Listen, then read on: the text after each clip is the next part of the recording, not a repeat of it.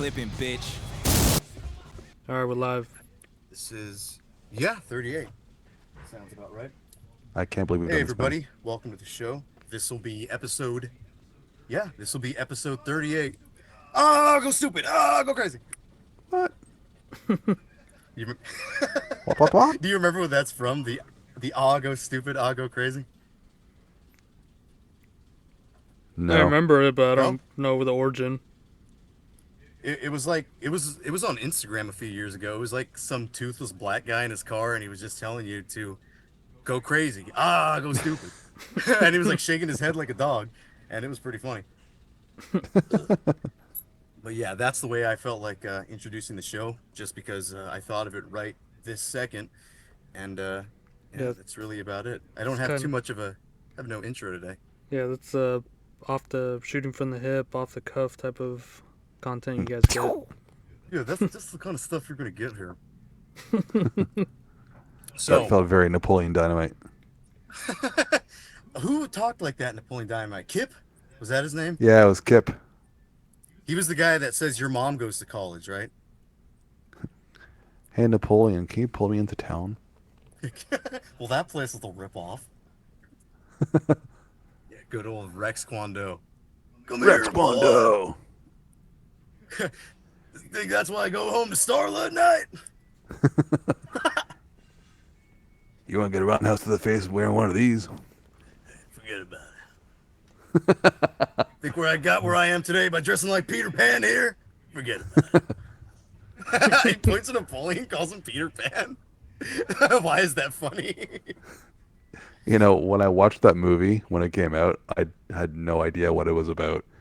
And now, like, what, 20 years later, I still don't know what it's about. Yeah. It's about a young man going through high school and his Coming of age angsty story. teenage years, I guess. Coming of age story, right? You know what it's about? It's just about. That's all. It's just about.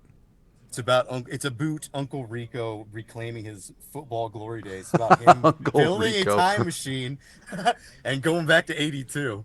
He would have taken state. Time machine just electrocutes his balls. Turn it off.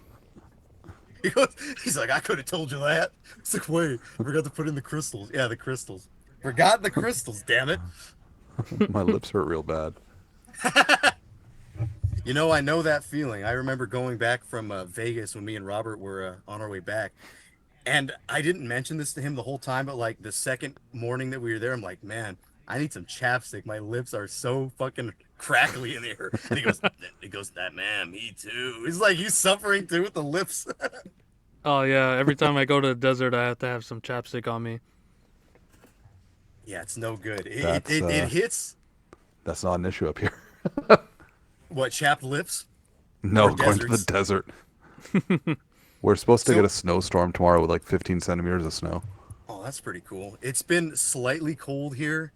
They've had like weather warnings and like Calabasas and things. So it's 54 right now, and for us that's like, oh, get your winter coats out. 54 Yeah, for us is think- like, oh, it's cold outside. Yeah, I think this morning, I think it was 5:45. It was like 39 degrees. So that was pretty chilly. Walk outside in your underpants. You know, I never Bizarre. thought of that.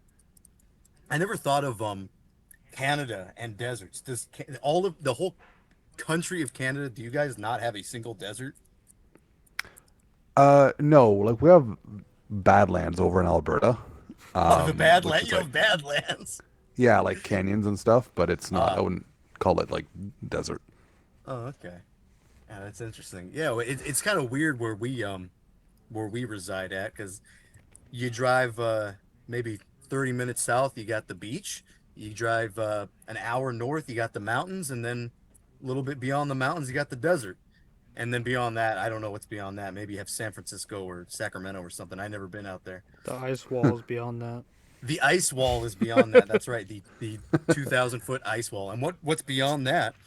Well, Admiral Byrd The said that there Shadowlands. was- You must never go there. Yeah. Well, Admiral Byrd in like the 50s, he went on a talk show, and he talked about his exploration in Antarctica like saying that he crossed the ice wall, and he said that there were a continent there that was like about the size of North America, which is kind of interesting. I don't know. They talk about the spherical Earth. I don't know if it has anything to do with spherical Earths or flat Earths, but yeah, there's that theory, the ice wall, and there's like worlds beyond what we already know, or continents beyond what we know. Have you ever heard of that, Fred? Yeah. Well, like Atlantis. What's the other one? Lemuria, Yeah, they have all kinds of Arctica, names. Hyperborea, all those. I think Hyperborea is like supposed to be in the center of the Earth. I Yeah, think inner Earth. inner No, it's Earth. supposed to Yeah, be in the far north. I've heard both theories, Thought it Well, was and I supposed. remember. Well, I mean, like the definition of Hyperborea is up north, right? Because Yes, like I think it's furthest north is what it actually means. yeah, Thought it was supposed to be in the south, the deep south. The deep south. I mean, if you believe in the round Earth and you keep going north, eventually you'll be south. So Yeah, yeah, yeah. Well, they talk about Mount Meru, which is apparently where like all the compasses get their magnetic fields from, and I think Mount Meru is where like that's supposedly where the entrance is for Agartha or your Hyperborean caves or something like that. I don't know. I This know the Indian. I think the that's where Compass School is.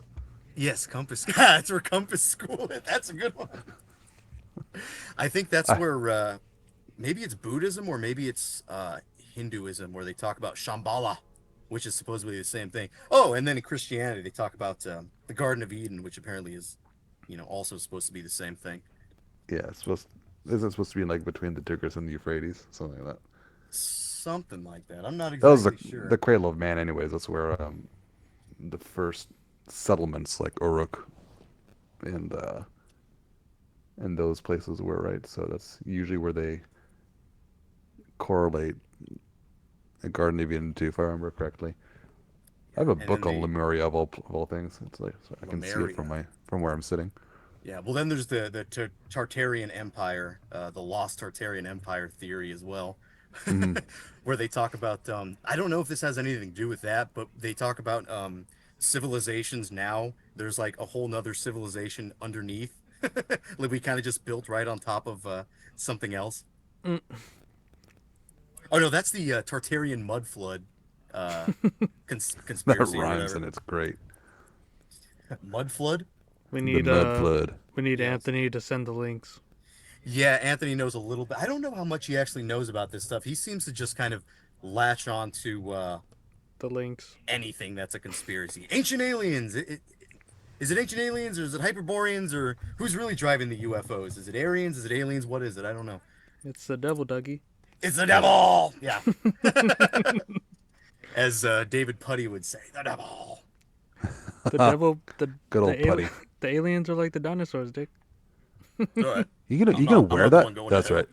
Yeah, that's right. So yeah, I'm not the one going to hell. Elaine's going to hell. I was actually watching one episode last night, like right before bed, of Curb Your Enthusiasm. It was part of the Seinfeld reunion, and George Costanza quits, to do the Seinfeld reunion, and Larry David's like, I'll play George. He's like, I wrote the character. It's based on me. I can do it. And he kind of walks in wearing the George getup. He's like, you had to tell him. George is getting upset. And I think nobody liked it, so he just quit. Because like he was only doing it to be close to his ex-wife, who was like part of the show now as George's ex-wife. But Larry has his ex-wife playing. Just like a whole convoluted plan for Larry and whatnot. Dan, you watched Downsizing before, right? No, I don't know what that is. Oh no, you haven't. No, I don't know what the f that is, boy. Oh, I thought you did. It's No. uh, Is that a movie? yeah, movie. Matt Damon and Hong Chow and Yeah, Kristen Wiig. yeah, Is Kristen Wiig the woman from that stupid comedy movie? Oh yeah, Bridesmaids. I Bridesmaids. remember Yeah. her. yeah. That She was I fun. saw plays. that in theaters with Nathan. Isn't that gay?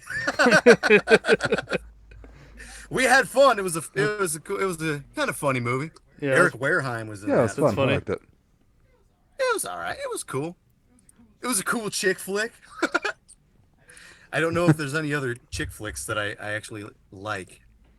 I'm trying to think. Chick flicks. I'll have to get back to chick flicks.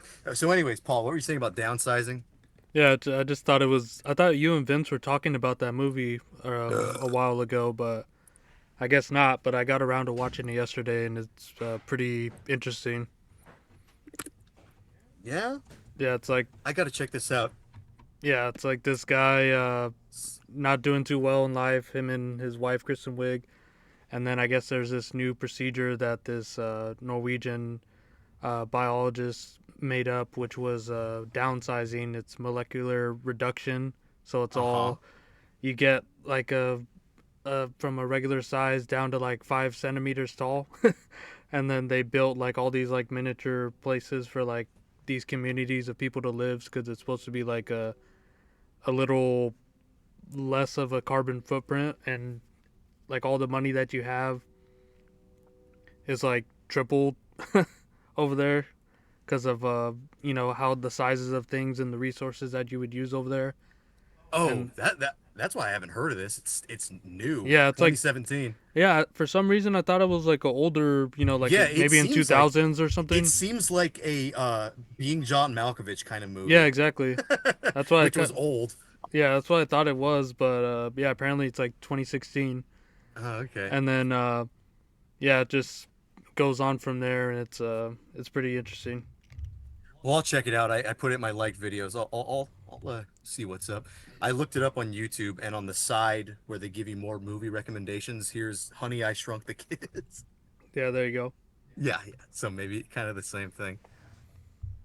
Let's see, what do they have? The Whale. They have Paul with God. I can't stand I think that's how last time I talked about growing up. Part of growing up is realizing that power violence isn't as cool as you thought it was. I think a big part of growing up as well is realizing that Seth Rogen actually sucks. Yeah, it's like Yeah. it's like the second wave of weed humor. Yeah, yeah. You had your Cheech and Chong, and then you had like Harold and Kumar and Yeah, whatever, like and then you got Seth Rogen. yeah, and you got like How Yeah, Oh it's High with great. Dave no! Chappelle and shit too. So Dave Chappelle. yeah, with How High. Oh, I was thinking of the other Dave Chappelle movie, the older one, Half Baked, Mm. Yeah, which the was only kind of Seth funny. Rogen movie I really liked was Pineapple Express. I enjoyed that one. I liked it too. I could probably still enjoy it. I guess James Franco's okay, isn't he? He seems all right. Yeah, Yeah, I like Yeah, him more I than don't Seth really. Rogen, that's for sure. yeah. Yeah, You I don't. said early on in this podcast that you said the worst movie ever was Sausage Party.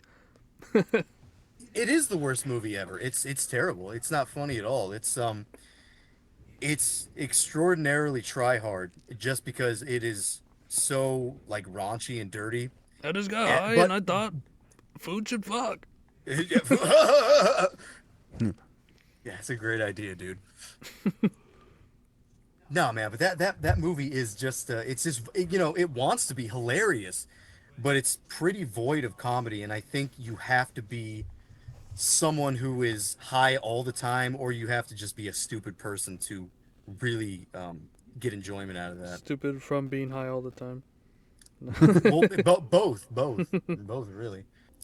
But yeah, well, what have you guys? Well, you, Paul, you already let us know what you've been up to. Oh, I wanted to ask you something else too, Paul. Why are you here today? Oh, I had some family over, so it was just gonna be real loud. So I just thought Oh, I'd I come thought, over here. okay, I thought somebody was like squatting in your room. You said I have nowhere to do the show tonight. Yeah, but yeah, So that nobody's was squatting in your room. no, Okay, that's what I assumed. no. Because you Just said I have got nowhere to go. yeah, I just got like some family over, and it's just loud over there. No, He's just okay, recording gotcha. from a bus stop. The bus stop that is life. The bus stop of life. Sometimes I feel like I'm drunk behind the wheel of possibility. I forget who plays that song. I think it was a band called Fastball. Oh, didn't they do The Way?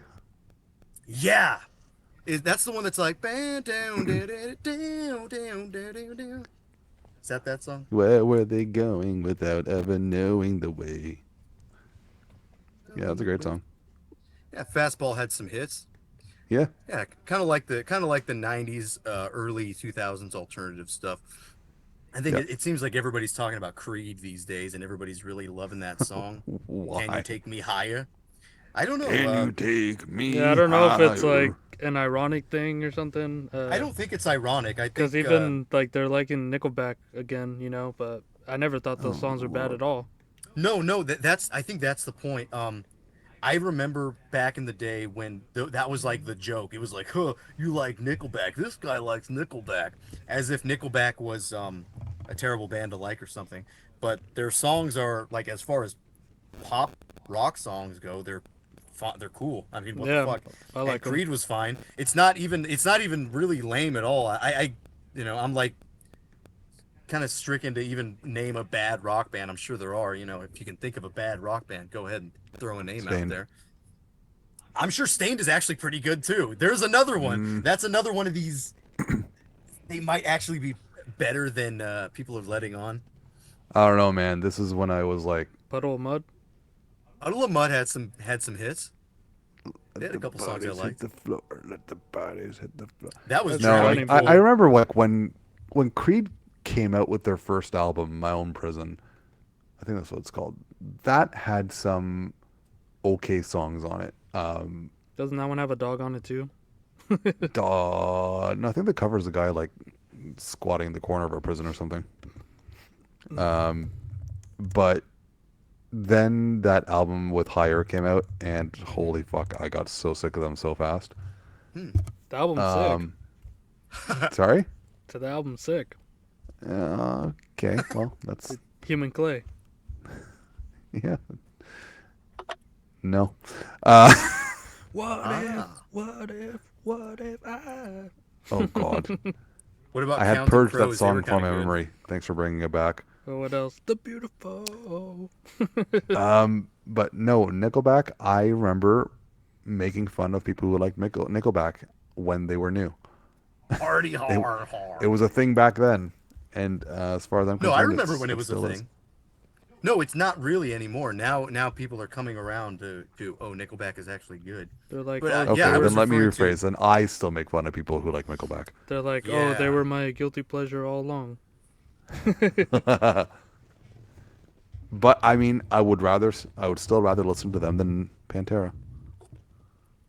When Creed's heavier than Pantera with Human Clay, bro. My Own Prison or Bust. I like That is what it's called, Pantera. right? The first I album. think Pantera kind of makes a difference in the metal world for better or for worse. But personally, I like them. But I totally understand where people are coming from when they don't like Pantera. Just like I kind of understand where people are coming from when they talk about a band like Tool. Uh, I'm only saying this out of like speculation because I've never really listened to Tool a whole lot. But what I have heard is I can imagine they're not anything special, or they might just be a boring band. That's just Oh my no, initial, without listening, assumption. nah, I they're always one of felt my like favorite bands. Tool would Really, be a band that I really like, but I've never been able to get into them. Everything I've I've heard never kind of listened just to them. Really, yeah. I mean, like I don't. I like when I've listened to anything from Tool, I've never disliked any of it, but it's never really clicked with me. I had oh, what's that album called? The one with Schism. Lateralis. That's the one. I had that one, and I know that's not supposed to be their best one, but um, a few songs on there were cool. Like Parabol and Parabola was a cool like Yeah, that song's one, sick. one, two, yeah.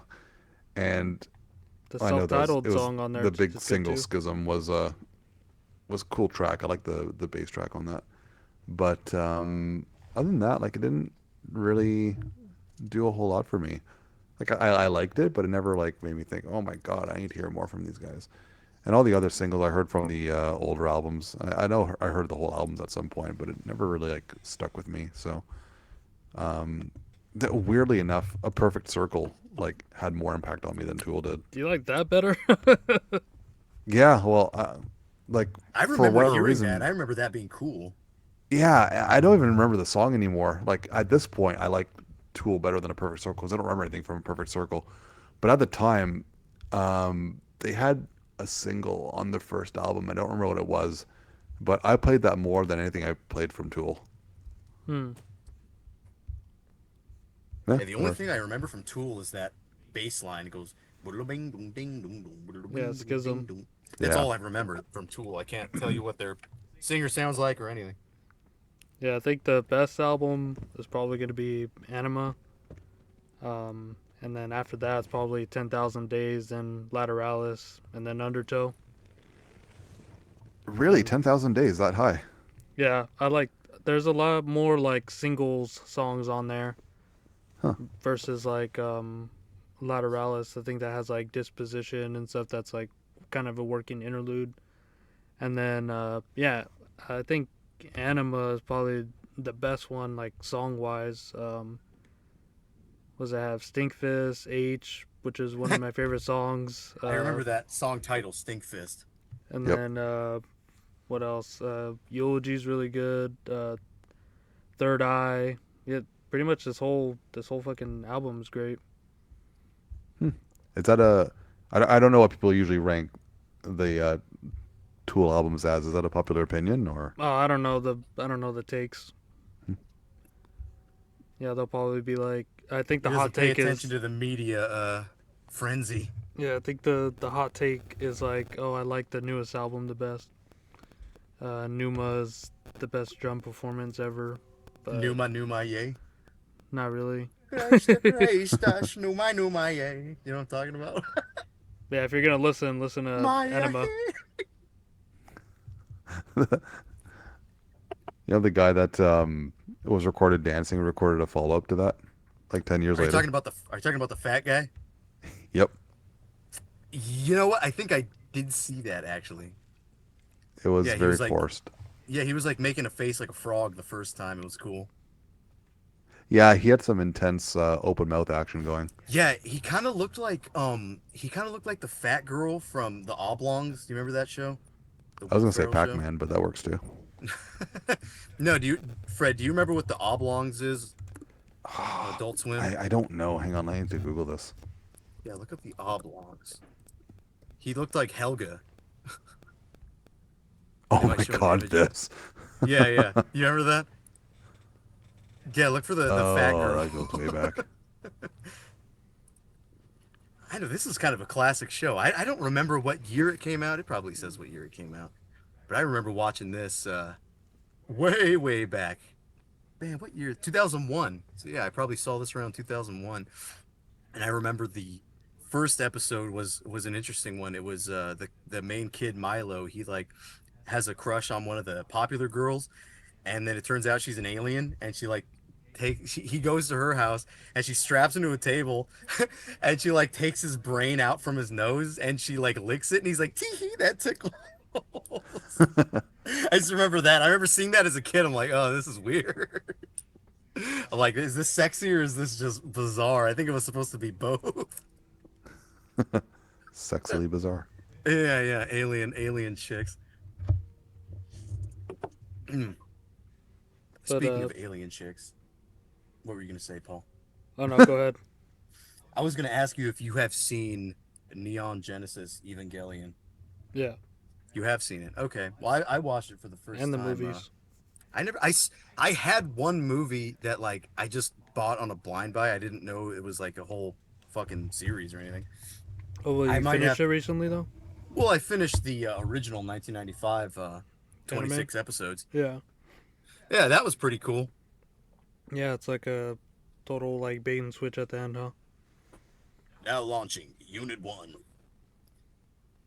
Oh, dude, idiot Shinji. Oh, dude. Yeah, and it goes into a bunch of like Gnostic shit. Yeah, I like at the end where Shinji comes to the realization that it's okay for him to live in the world, and then they all start clapping, and it's like da, da, da, da, da, da, da, da, da, da, da. Yeah, it was interesting. I didn't really know much about it besides like the main like pop culture references and things. So Like you never seen that before? That was your first time? I yeah, I had seen maybe like the first three episodes in the past, maybe like almost 10 years ago, but I definitely never went all the way through, and I really didn't even know what it was about besides just like Mecha what. shit. Yeah, exactly. Yeah. But yeah, it was cool. Yeah, it's a good one. I like the fucking. So what was all that shit? Was like the Avas, they were made from that fucking atom, uh, like first angel or something, but he's also Honestly, part human or some shit. I Is it honestly all don't. up for debate? I don't remember the details. I watched that shit a long time ago. Yeah, there's like a lot of strange details, and it's like hard to follow certain things, and then they kind of don't finish the like the angels attacking Earth scenario. Then they just go into all the characters' minds, and they start like kind of mind raping you. Yeah. You Yeah. just gotta go on what's it called? The things that we hate on YouTube. Evangelion explained. Okay. Yeah, I might have to get it explained to me like a retarded kid, but that's all right. It's anime. There's always like too Subtext. much detail. There's always so much detail to these things, unless it's like something easy like Inuyasha, like something like that. Well, because even Fooly Cooley, that was only 6 episodes, but there's a shitload of lore within 6 episodes. Yeah. Yeah, You animes have go like all out. Adamus, the Pirate King, and all this fucking wacky stuff.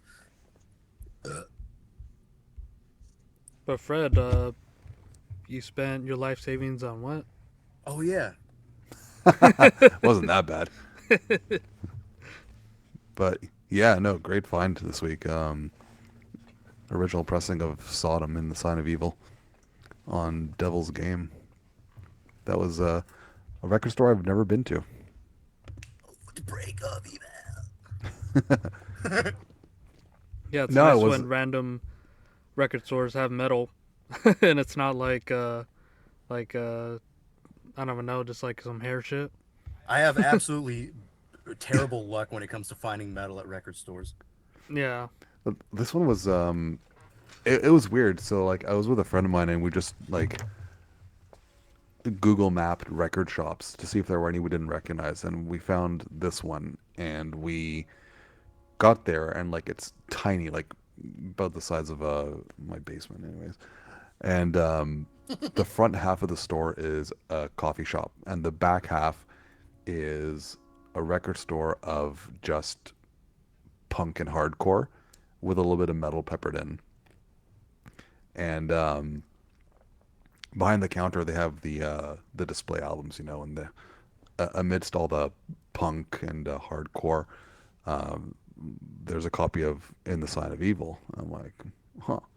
And it's next to a copy of Bonded by Blood by Exodus as well. So there was a bit of metal in there. And I asked them, what version of In the Sign of Evil is it? And they said, pretty sure it's a first press. I'm like, you know, people say first press and kind of just flippantly assume that it's a first press when it's just like an early pressing or not necessarily like the first press. But I asked to see it, and yeah, sure enough, it's a first press. So I was pretty stoked about that. So I grabbed it, Gimme, gimme, gimme. and yeah, The first press on Devil's Game, is that what it Devil's is? Game. That's the one. Oh, and that's all that label released is in the Sign of Evil, right? Yeah, pretty much. Okay. I know. I don't know what the relationship to Sodom. SPV and Steamhammer was because I think it's all they released, but it still had the SPV label code. So I don't know if that was like a precursor to SPV or like a sub label, but it was related to it in some way. Let's see. Well, that's pretty cool. Oh yeah, look, Devil's Game, parent label SPV. You said it didn't cost you too much, did it? No, it wasn't too bad. It wasn't too bad. A lot less than what you see on Discogs or eBay. How much does those go for? Uh, just to see if I was getting a good deal, I looked at the sold listings on eBay. It looks like it goes higher on eBay than it does on Discogs, but I saw one go for like 400 Canadian Damn. on eBay, and Discogs is anywhere between like 150 and 200, I think. So I think it depends on the condition, but So you got a spanking deal. yeah, no, it was good. It's I don't know how, but like I've kind of stumbled across, if not first, then early pressings of a lot of the German classics, like Destruction, Sentence on Bonsai. I got that in a random crate full of vinyl from a guy like, I don't know, like 15 years ago. It was all hair metal with that plus Hellhammer's Apocalyptic Raids also uh, on Bonsai, which has the dick censored for us delicate Canadians. Ah, I see. Um, and the first two creator LPs on Bonsai as well. Found them like a couple years ago at a record shop in Toronto, and they ever tell you guys that story? That was fucking crazy. No. Um, they had both um, Endless Pain and Pleasure to Kill on Bonsai, and they were asking, I think, a total of like $170 for the two. And I wasn't about to drop that kind of money on the two LPs. But the next day is a Saturday, and I go to a garage sale, and a guy is selling his collection of metalcore CDs. And I offer him like $70 for the whole thing, and he accepts. And I just basically drive the collection straight to that record store. Mm. And I got enough to cover those two LPs, plus like another 120 on top of that. Damn, what the fuck? And enough to cover what I paid for that as well. So all said and done, I got my $70 back. I got the two LPs. I got like I think like an extra $200 on top of that. How big was this collection? Flipping Fred. Ah, it was like 300 CDs, I think, Oh shit. give or take. Damn. So And yeah, you wagging that over, huh? that was a great deal. I Damn. had to take like the collection to a couple stores to like sell off as much of it as I could, but yeah, Oh, and that then came you went out. to that last one after and bought it all?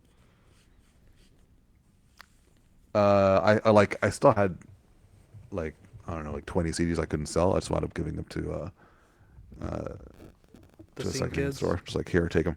But at that Scene point, like kids giving them out to scene kids. oh god, no. But I mean, at that point, I got the LPs I wanted. I got my money back, and I had money on top of it. I mean, there wasn't much to complain about. Flippin' Fred. That's called a win-win. Yep. Well, mostly for me. Fred the Flipper. Yeah. I think the Yeah, good times. last, I think the last LP that I saw at like Paul. You ever been to Pomona Glass House, the record Yeah, I store? went there recently. They didn't have shit. Nope, they don't have anything. You know what they did have when I went? I want to say a month They ago. had like Dawkins. They had Savage Grace. They had Savage Grace's Master of Oh, Disguise. you know what? That was still on the wall there when I saw it. Yeah, it was on the wall. I wanted to buy it, but I'm like, do I Yeah, really same want to here. buy a vinyl? Do I really want to buy a $40 vinyl? I don't know. When am I gonna put it on the record player? Am I, what am I gonna do? I just kind of wanted to see what they had. Yeah. Yeah, they're Well, little when I like went to metals. get that when I went to get that Sodom EP, MLP, whatever, um, another shop near it had a copy of Merciful Fates in the beginning. You know, the one that reissues Nuns Have No Fun, or the self-titled, whatever you want to call it, Mm. and a recording session from BBC. They had that on Bonsai Records. Uh, I hesitated because it wasn't in super condition, the sleeve, anyways. Um, but I might go back and offer them something for it just to see if what's the harm. The collector's dilemma. You gonna lowball them or what? Not lowball, but I'll just offer what I think is reasonable for it, given that it's not in great shape. I think the one LP that I bought that I actually listened to a lot, like from a non-metal record store that I actually found was fucking Thundersteel from Mm, Riot. yeah. That was at Lovell's in Whittier here.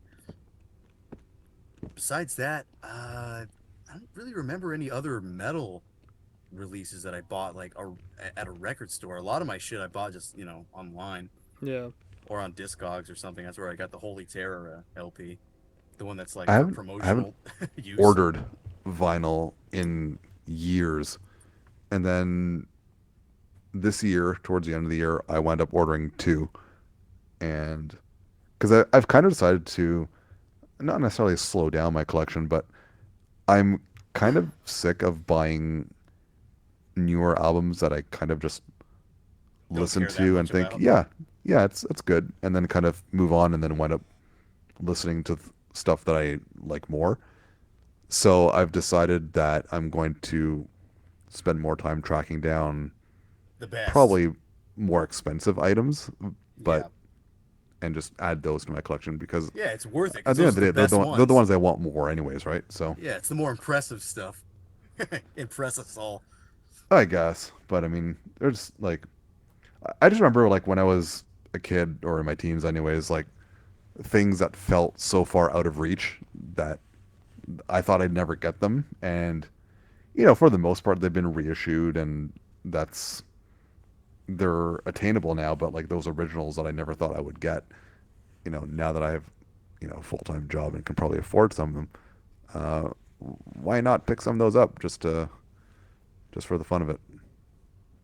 Yeah, you can Yeah, do it. You can live out your dream. You can hoard your favorite metal records, yeah, exactly. And revel in them, roll around with them, like that's smash kind the of jewel cases and things. that's kind See of what I there, did there's with an the. image.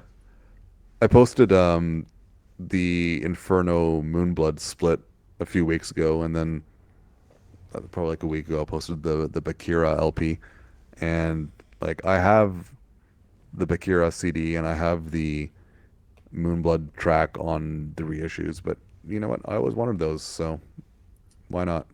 Yeah, it's a cool split. They have I think they have the Master's Hammer cover on there too, on the Inferno side, I Yeah, on the believe. Inferno side, yeah, Yeah. yeah, it's a really good split. Inferno's fantastic. Do you have That's anything by what do you call that circle? The I think it's called like the Far East Division or something like that from Russia. You know that black metal circle with Spite Howling and uh Winged Evil and things like that. Do you have any of those no, I don't think I releases? do. Oh no. Yeah, I was kind of getting into that a little bit today. The Spite Howling album is really good. The Born to Die Spite for Evil. Oh yeah. Yeah, it's Huh? one word.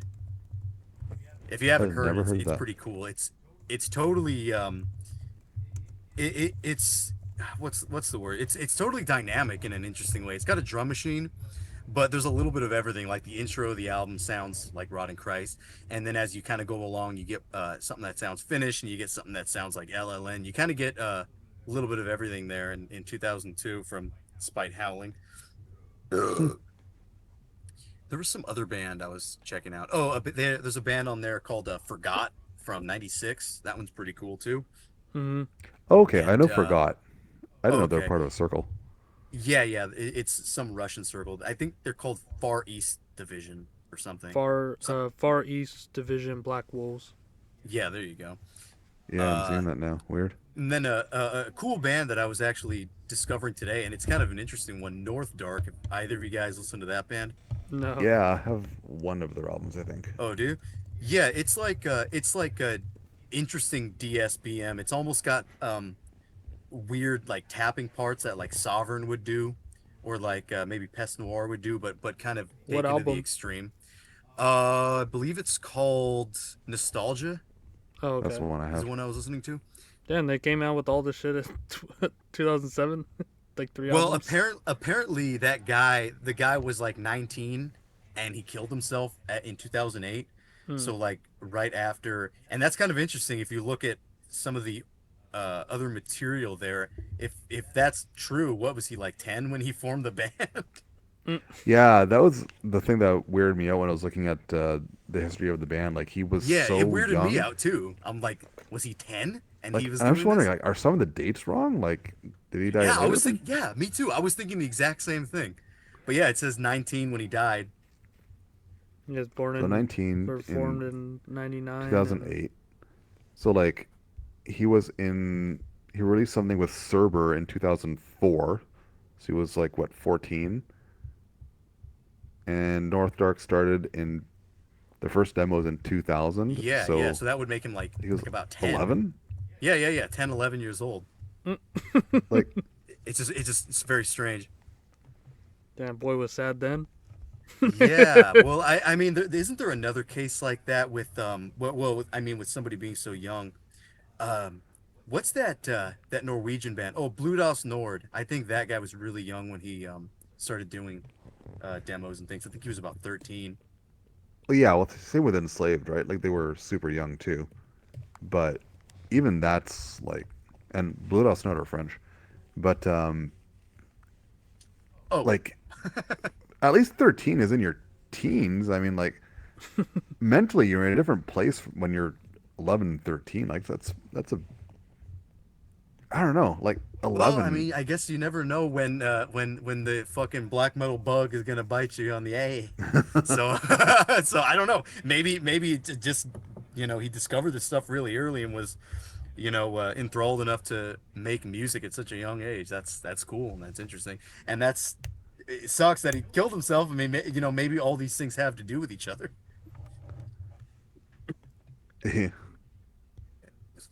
Yeah, maybe black metal does make you commit suicide. Well, I mean, Or there's no lack of that in bands, but I mean, no. That kind of reminds me of I don't think it makes people commit suicide any more than any other kind of music, anyways. yeah, Cardi B just gonna make you kill yourself. Probably more than anything Probably else more though. so, yeah. Yeah, that's right. Um, I can't remember what the fuck I was gonna say. Oh, that the killing yourself. That reminded me of the and how you were just talking about the Sodom in the Sign of Evil. It reminded me of that lyric, "Masturbate to kill yourself." Oh, that is the lyric. Yeah, that's the one. That's why I got Yeah, that. I was telling you guys I was kind of going back to a few classic, like sort of technical death metal albums, and then just a few classics just to kind of refresh my memory. Um, I went back to Blasphemy's "Blood Upon the Altar" Mm, the other night, like after a night of drinking, and I'm listening to that. I'm like, God, this is fucking really, really good.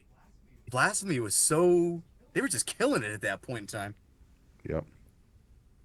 The album's cool, but honestly, the album is a little bit. The production is very strange, and it we can say this for a lot of bands, but it's still hard to comprehend a little bit. But Blood Upon the Altar is straight up like kind of masterful. It's almost a technical death metal album. It's got like melodic parts. It's got I don't know, these long drawn out chordings with the blast beats going on behind it. I don't know, man. And for 1989, it's really fucking impressive to me. I was Yeah. blown away by that. Revisiting it again. Yeah, it's like a proficient, Brazilian war metal band. Yeah, it's really not sloppy at all. It's kind of just straight up brutality, and all the like technical proficiency is there too. And on the same lines, I went back to Liars in Wait, the EP, which Oh yeah. again, that one's probably as far as you're gonna get with um as far as like technical death metal without it being the modern what you would think of for a modern band. Does it say the Winkery? That's no Sure. Yeah, wankery. it's not really wankery though. It's like everything is kind of there. Everything like sort of makes sense in a full context, I think. Yeah, Yeah, it's not wankery. It's not later death. No, it's just How many extremely fucking how many people out there like did I just piss off with that? me. probably not that many. I think it's cool. I think it's cool to hate death nowadays. People seem to be doing that. Everybody hates death. I think I'm I've kind of noticing very softened slowly my but view surely. on death in recent years. Yeah. I used to, well, no, I still never really go past leprosy. I find spiritual healing is a really flat sound. Yeah, But leprosy is my favorite. I'm still okay with it. Um, human is I can deal with it. Um, musically, individual thought patterns and symbolic are fine. But that's when Hmm. Chuck's vocals I thought got really whiny and I couldn't deal with his vocals anymore. Um, and then there's Sound of Perseverance, which I'm not gonna Yeah, start on. don't say nothing. No. Faster than a But bullet. yeah, no, I used to like really like pretty much hate everything about human individual thought patterns and symbolic. Now I'm like human I'm okay with. I can deal with it. But individual and symbolic, like it's really just Chuck's vocals that rub me the wrong way. Like they're just too like whiny, I guess. Fred, you Yep. know nothing at all. The philosopher. That's the one where You they just have proved the my bass. It's point. like, bow, bow. Yeah. Yeah. Yeah, I was listening to Imprecation. That was actually pretty darn good too. It's super doomy. I didn't remember how doomy the Imprecation comp was. Hmm. You know, that Yeah, that's OG a one great with one. the big Baphomet on it. Yeah, and pretty cool and interesting songwriting. I don't know, going back to some of these older death metal albums kind of makes me appreciate what was going on then as opposed to what's going on now in death metal. You know, I was even going back to some more like mainstream stuff. Like I listened to Hell Witch and what Mm, the fuck was the name? Breeding the Spawn from Suffocation. Fucking terrific, man.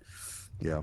There's some really interesting stuff on Breeding the Spawn. There's like really like stuff you wouldn't even imagine as far as like mellow death goes. It's very strange. Oh, and then Deicide Legion. That's another one that I was really digging too. It's my favorite deicide. Yeah, me too. I think that first song too is especially cool. The little Yeah, fucking the goats and lambs, shit. the Caco Daemon. Yeah. I remember that Uh, was your Xbox tag, Yeah, that was my the my gamer Caco tag. Daemon. I've been really into American death metal lately, and I've been Yeah, like just like what? digging out these old demo, well, not necessarily old demo comps, but these compilations of old demos. Um, Yeah, Fred, like what?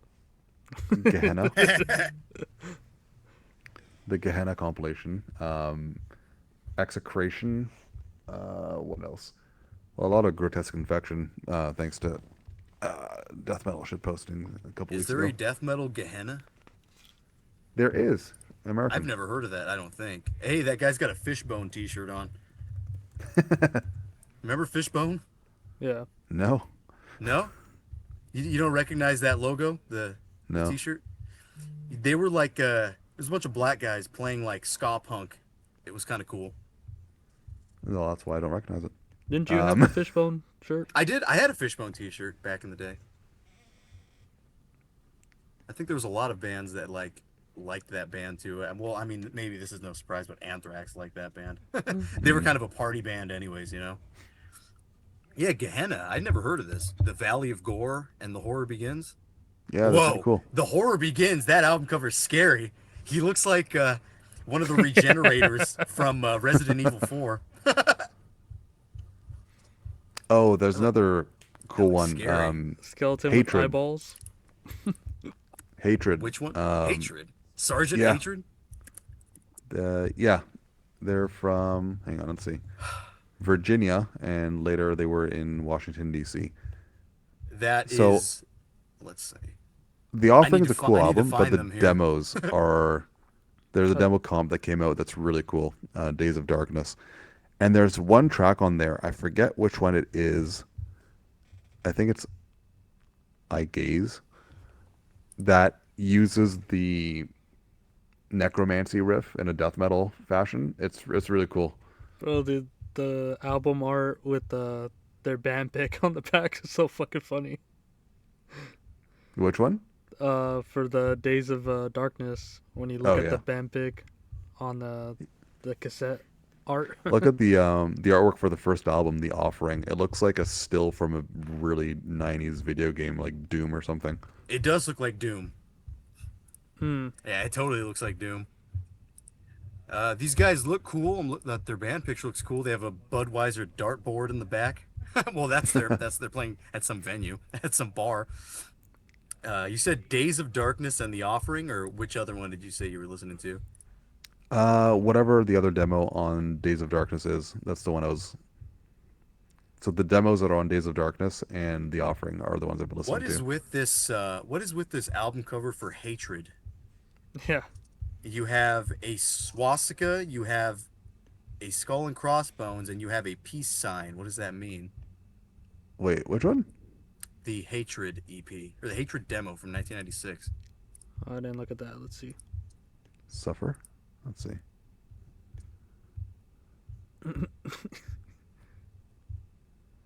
Yeah. So there's the Yeah, that's X. a lot of things going on there. Yeah, You I have didn't you have notice. you have Skeletor. You have I didn't look at notice the this. top left. It looks like the X from the X Files. Yeah. Yeah, it does. It looks like the classified X in the folder. I think this is I the didn't. throw everything to the wall and see what sticks Yeah, approach. I didn't see the Days of Darkness album cover, but that kind of looks like some sort of badass anime artwork or something.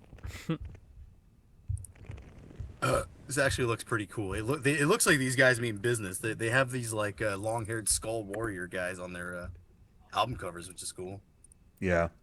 Well, Yeah. shout out to a couple labels that have been reissuing some really good American death metal. Doom to Beep. Obscurity Acidic. Records. I got Doom to some of their Doom to stuff obscurity. recently. Yeah, they had Execration, they had Hot Stove, they had that's like pre-Waco Jesus, Yeah, yeah. um, and some other stuff. So that's been really cool. And what's the other one? It was Dismal Fate Records. They put out Body Bag and Exhumed, not the famous Exhumed, and some other stuff as well. So some cool labels have been putting out I some. do believe I remember Body Bag. I remember them being kind of like weren't they a little bit of a mix of like hardcore or sludge or something like that? Or am I thinking of a different band? I didn't get too much of that vibe out of them, Okay. but Which they have some which definitely okay. some like chunky riffs, right? It felt I'm looking at two different Body Bags. So there's Body Bag from Illinois and there's Body Bag from Oregon. I remember the one from Illinois. That's the one I remember. And they both come out the uh same year, these demos, which is interesting. And they're I don't both know put which out one by I'm talking Ken's about. Death Metal Crypt. Shout out Ken. Hang on, I'm talking about the one from not the brutal death metal hardcore one, the other one. The one Illinois, from Oregon. Oregon. Yeah, Oregon, that's the one. okay. Yeah, yeah. The one from Illinois, I believe, was a little bit hardcore, if I'm not Yeah, that's mistaken. what they're being described as. Yeah. Okay, yeah. I remember that actually being pretty cool too. Body Bag. All right, yeah. Man, this is kind of like reminding me of just so many fucking demos that I heard a long time ago. It just awakens something. I miss death metal. I miss listening to old death metal, and I'm kind of starting to get back into that. I feel like I've just been listening to a bunch of like I don't even know melodic Black Death. That is maybe what I've like been focused on. Maybe it's time to shift my focus. Death metal misses you, man. Focus shift. Yeah, Dark Tranquility. See, I can't stop with the goddamn mellow death. Sip. But yeah. Besides that, I needed a good stretch. yeah, I need to do the same thing. I don't know that there was anything else. Oh, here's the one here's a death metal one that I was listening to that it's actually pretty cool. Death metal band from Spain called Absorbed. I don't know if you guys have heard that one, but Is their that the one with first the demo Geiger is face? I excellent. know Yes, an it is the one with the Absorbed. Geiger face. Yeah, That's a that good one's one. good. Were they Yeah, on kind the of Sometimes Death is Better compilation, or is that a different one? shit, man. I don't know. I really don't. They kind of reminded me a little of early Cynic, which is also quite good, especially the '91 demo. Oh yeah, and like I was talking about some like early tech death stuff. Listen to the Crypt of Kerberos album. That one's actually kind of there's some cool shit in there. You remember that? The Yeah. World of Myths. That and Unnatural, The Throne of Anguish. That's a cool one. Oh And yeah, like I was. Absorbed is the one from that compilation. Yeah, Oh, I haven't heard much from them. I've heard the one track they have on that Shiver Records compilation, and it's pretty cool. yeah, like Paul said, the fucking Geiger artwork on the They first demo. released an That's a album cool this one. year Yeah, or they last did. year. I saw What that the too. hell? And like we were Oh, talking recorded about, in '96 and '98. Wow. really, that's interesting. Okay, we'll have to check that out Oh then. yeah, I'll I'm try not to curious about forget that. it because some of the things that we talk about here that I go, oh, I'm gonna check that out. I always fucking forget to do it. Oh, and the demos were all compiled and released by Extreme. Oh, that's cool. And I But think the first thing that got me into like kind of got me back into like more technical death metal was that fucking Molested album. I heard that and I guess I forgot how fucking cool it was. Heard that. yeah, it's a It's great got album. black metal chording. It's like almost the whole thing is melodic, but like incantation, but more kind of just more than incantation. Hmm. God, what an album! That's got to be in the top for me right now that I'm thinking that Molested album. I don't know if you Yeah, remember it much, Fred, but God, it's fucking incredible. that and Yeah, Storm that's Void great. too. Storm Void. Oh, their EP after that. Yeah, I was rechecking out that funny Black Death band Troopensturm. Oh They're yeah. okay. They're okay. I was also checking out some other. This one was kind of popular back when it came out. Remember Prosanctus and Fury, the first one, Yep. or maybe not the first. The Noctambulous Jaws, that album. I remember that was really popular for a while, and then it seems like nobody really talks about Prosanctus and Fury anymore. I listened to that album. I honestly I didn't get through the whole thing. I got through about half of it, just because I'm like, I think I get it. It's cool enough, but maybe I need to spend a little bit more time on it. Yeah, it's all right. The one I liked most from them was Red Streams of Flesh, probably because it's shorter, and that's the kind of dose I need for them. Yeah, and and once again, I always come back to this album and have a hard time giving it a full thorough listen. Is the Confessor album? I've known about it forever since I've been interested in death metal, and I always seem to just have a hard time getting into that one. Like I want to like it. you think it's death metal? The music sounds like death metal. Uh, Yeah, definitely. The vocals don't, but that's the music definitely does. Tech Doom, man. Uh, here we go again with the tech. And did you see the guy in the band photo for Absorbed? He has the Confessor shirt on. No, but that sounds familiar. Yeah, the guy all the way on the right. Yeah, well I think Absorbed was trying to be a little bit progressive, but they came off more as a like death thrash band. But they had like a little bit of progressive leanings in there, and Yeah, it kind of just makes for something cool. You know what that reminds me of?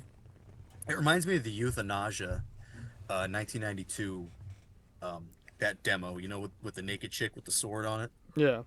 It reminds me of that. It's kind of got a similar vibe to it. I think Absorb might actually be a little bit cooler though, or I don't know. It's hard for me to say because I like the Euthanasia so much. Yeah, Confessor, that's just Tech Doom. Oh, you know who else? Well, there's a couple other ones that I was really getting into. Do you guys remember a band called Violent Dirge Yeah, from yeah. Poland? God, that's really good too. Like all their I stuff is really good. the name rings a bell, but I could not tell you anything about them. What do they do? They have an album called Elapse in '93, and well, I mean, if you look at all their shit, you might recognize the Obliteration of Soul and the Elapse albums. Those are the two that I had listened to in the past. Yeah, I think it's just some like I heard them from like Ken's Death Metal Crib or something. Oh yeah, this is looking a little familiar now. Hope had brought up Coltes de Ghouls, so I listened to that, and I thought it was pretty solid. That album with the fucking flowers on it. Henbane? Yeah, Paul, you Yeah, ever give that that album band a was chance? fantastic. I think I can't maybe, but I imagine you don't have. remember. Yeah, check it I out. I really mean, there's wanted not to like honestly, them because they were so hyped, but yeah, they were man, hyped Maine for a is while. I remember fantastic. that. Yeah, like I don't know what I kind of expected something just boring, maybe because they were so hyped. But there's like totally an interesting amount of dynamic in there. Like there's even things that sound death metal in there. There's not a whole lot of Hmm. melody, which is kind of cool. You know what I heard too, which it might be a little bit of a surprise because there's not a lot of bands that do it, but there's a lot of mayhem influence in there, like the uh the the the debut album Mayhem sound. Like even the Yeah. vocals have kind of the I forget that guy's name, Attila. The Attila like Dave Mustaine, that kind of thing. You know which album I've always thought does a really good approximation of Mayhem? And people will probably fight me on this saying no, it's Dissection, but the first Watain album, Rabid Death's Curse, to me Shit, is a couldn't tell really, you. really good Mayhem album. Rabid Death's Curse. That's the one with the like skull on it, right? Or some kind of skeleton or something. Yeah, it's like a I remember dude. hearing this way back, but unfortunately I can't remember what it sounds like. So I'm gonna have to go. That's another one I'm gonna have to go back to. You know, there's tons of You know, classics that I have to go back to still, for which is what I for was doing this all weekend. the shit slinging towards Watain these days because they've made Gotten it as popular, popular as they basically. have, Yeah, that's basically Rabid it. Death's Curse, I think, is one of the best albums 2000 onwards. It's just incredible. I can't say too much about like if their music is good or not because honestly, I haven't listened to much of it. A couple of Mm. our friends really like Watain, and from what they've played, it seems like a pretty dynamic and pretty solid, pretty decent stuff. And also, you know, there's some other respectable guys like the RFI dude. He doesn't like Watain, and I don't know if that's because of the fan base or because of the music. I really couldn't tell you because I never really listened to it. Their fan base is a little annoying, I'm not gonna lie, but I think that's a byproduct of the guy in Watain, what's his name, Eric, um, getting a bit too into himself about Watain. Like it's, I don't know, he's kind of doing a rock star sort of thing by the sounds of it. Um, and I mean, like the kind of after Cassus Luciferi, I don't know if I'm pronouncing that correctly, the second album. After that, they kind of went a bit more straight up like Rain Chaos dissection worship. Um, Is that that third Dissection album? yeah, like From what Sworn I to the rem Dark really reminded me a lot of Rain Chaos, from but what I remember of that third Dissection album is like it sounds very Greek from what I remember, or it's at least really melodic in like a poppy way rather than what they were doing before. It's not as abrasive from what I remember. yeah, Again, I haven't no, heard it in a very long time. that's definitely right. It's a lot catchier. Like tracks like Mahakali were super super catchy and not as well. Let's say they were a lot more accessible for that reason. Like it were you could not listen to metal and listen to a track like Mahakali and be like, okay, I get it. I hear the hook in this. Whereas tracks like I don't know anything off of the first two albums, you would be like, what the fuck is? Is Eric Danielson is he the short guy? Yeah. Okay. I remember the death metal guy when we met him IRL. He was talking about, well, because I'm short, and he was talking about short guys and bands. He's like, short guys can either be really cool or really lame. He's like, you got Dio, really cool. You got Eric Danielson, really lame. Is that when I we were like remember, out by the swamp? no, that was when we were in the, when we just got to the Airbnb. Mm. And I had the master bedroom, and it was like the roof was really tiny. He's like, "What's with these tiny roofs?" And I was like, "I like it." And then you guys walk out of the room, and I stretch my arms up, and my fucking hands hit the fan. I'm like, "Fuck!" Like the fan was going, my hands hit. I'm like, "God damn it!" Yeah, we were in the Hobbit house. Yeah, in the Hobbit house, up all night watching Adventure Time. Was that after the show? No, that was after our We went to like get Cajun food or something. Yeah. Fred, did you Man, see the No picture that I gators. posted of that fat guy eating soup with a bib on? I don't think so. You didn't see it? Was that on your account or was it in your stories? It was on my story. Is it still there? It's not still there, but can I actually send that to you? Because I want you to see. I want to get a live reaction. Let's see. How do I get it? Hold on. Let me go to the archive. All right, here it is. Let me screenshot that. Send it over to you. And My body's get ready. ready. I heard you just got Dance on the floor. notification. Yep. You Yeah, saw that? that like yeah, that story just told like the whole night. Yeah, it's he's eating and then he's on the floor and then he's on the other side on the Yeah, floor. then he fell asleep. Oh yeah, I did see that. I did see that. I remember that now. Josh, I guess he didn't notice that I took a picture and he goes, "Oh, dude, you posted that? I look like fucking shit." Is that ramen though? That looks pretty good. Yeah, we were at the ramen place here in town. I love They got ramen. a nice atmosphere in there now. Can you see it in the picture? They got Which like wooden booths and the lighting is really dim. It's just Yoshiharu? kind of, yeah, Yoshiharu remodeled. It looks really nice. Okay, nice. Yeah. Yeah, so that was cool. I was just out with the Urbinas, the cousin Vince and brother Julian and All of brother them. Josh. Yeah, Dave was supposed to go, but apparently Dave is upset because I think he has diabetes now and he can't drink anymore, so he's pissed. Mm. So that sucks. Why am I laughing? That's not funny. No, it is what it Well, is. You can Fred, laugh. It's our show. We can laugh at whatever we want. Fred That's laughing true. at Fat Boy anytime you say it. Oh, There you go. yeah, you'd be like, oh yeah, this guy's got cancer. Ah, Fred's gonna laugh anytime there's like disease or some kind of ailment in the group. Hernia, haha. COVID, haha. I Retardation, mean, haha. the hernias were pretty funny. It's not funny. I mean, for me, not for. Haha, idiots. Idiot Shinji. Ugh. But yeah, that's all I got. It's not. And with that, maybe we should move on. Should we move on, Paul? Do you want to? Are you ready to kind of dissect and get into what are we talking about tonight? What the hell are we here for? All right, What's the real show about? I picked Take it away. It's all yours. It's my pick, and What? Away. This was your pick? yep. Was this really your pick, Paul? I thought it was a. Oh, I I had thought it was a Dan pick. I thought this was a dead man pick. nope, just me, Poser Paul. All right. All right, I'm Paul. gonna keep interrupting you every time we try to introduce the album. So let me just mute Fred over here.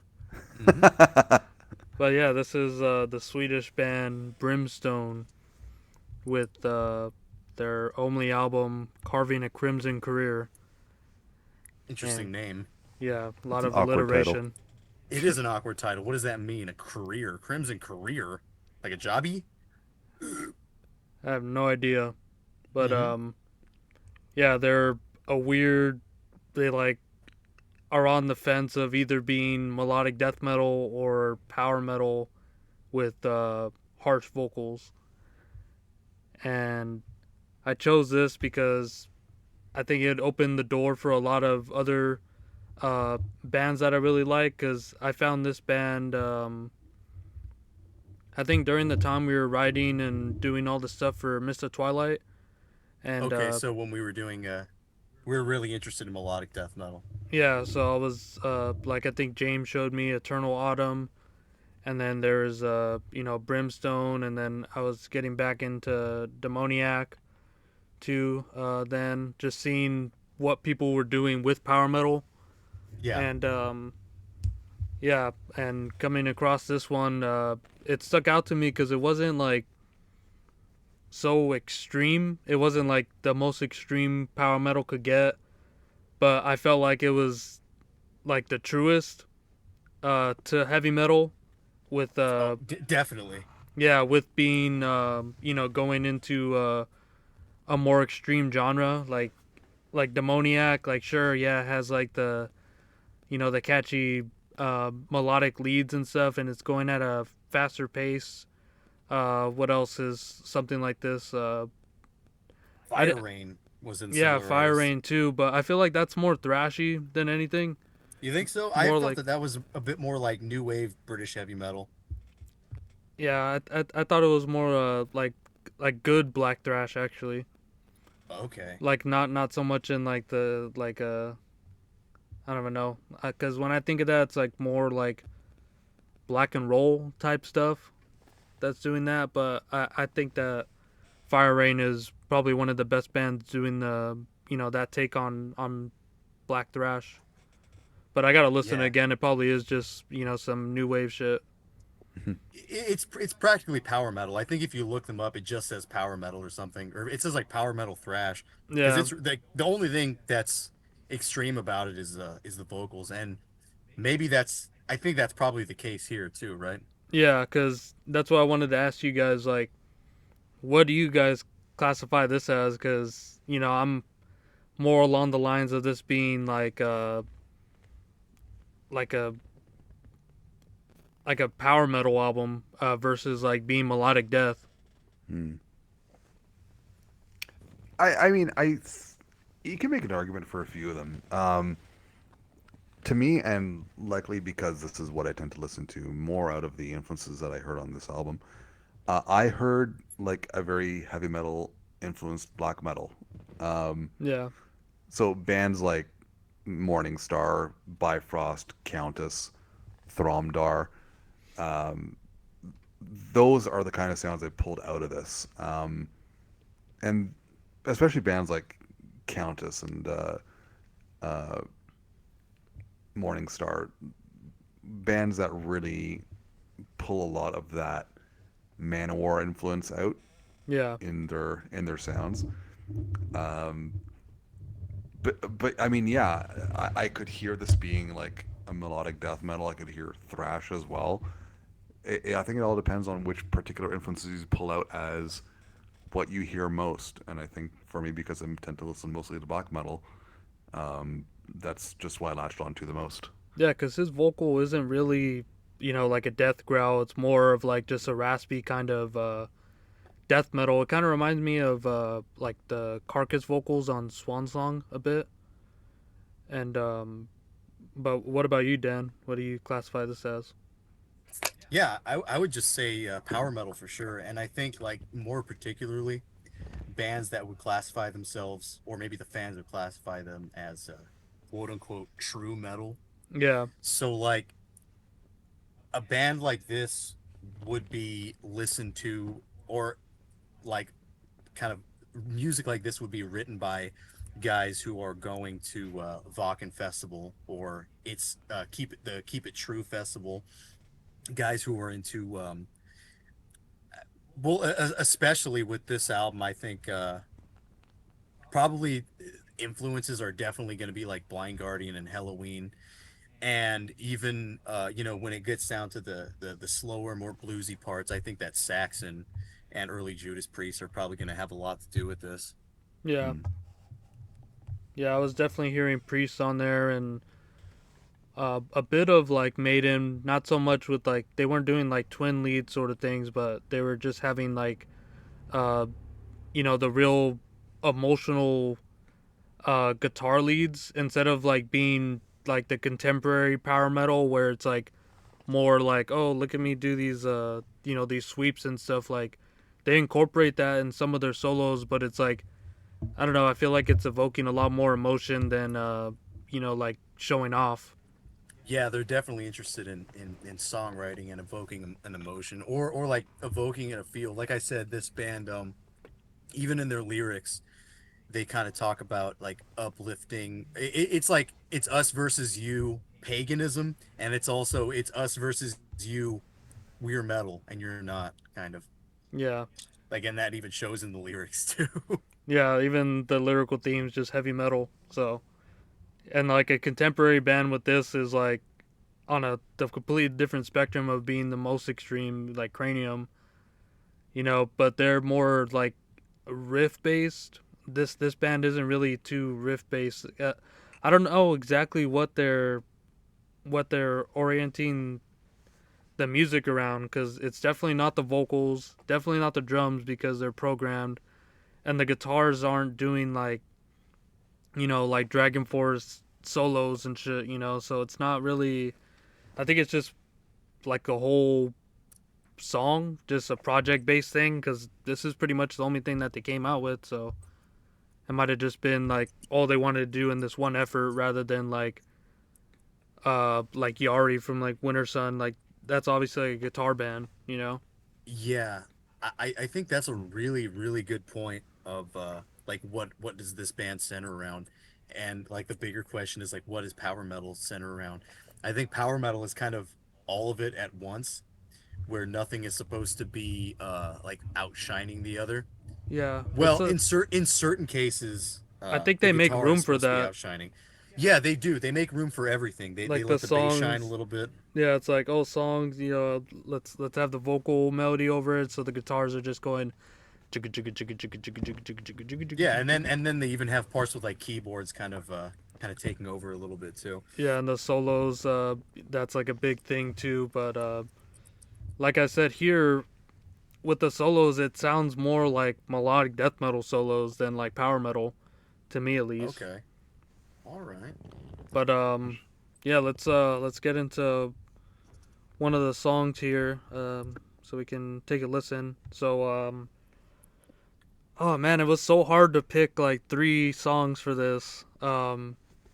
So I ended up just going with sort of different ones uh, that showed the variety on the album. Because with a lot of power metal, it could be sort of like the same. Like a lot of the Yeah, songs will very just samey. yeah, but I think the songs themselves that I chose are a whole different dynamic in the album. Not so much, from what you're hearing in the songs, but when you listen to this as a full length, you'll hear all the peaks and valleys of it. So the first one I chose was the second song, Pagan Sons. So we'll be right back.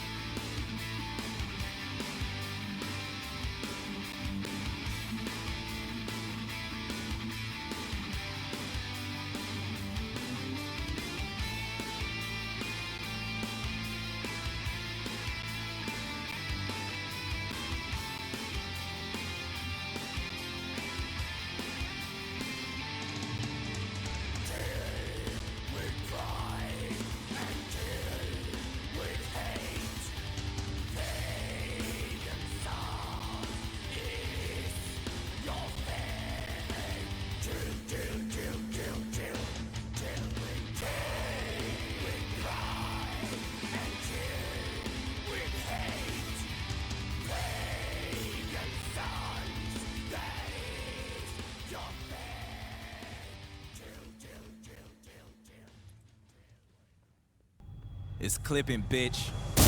Damn. All right, we're back from that. That sucked. You suck, Fred. Oh, Oh, got him.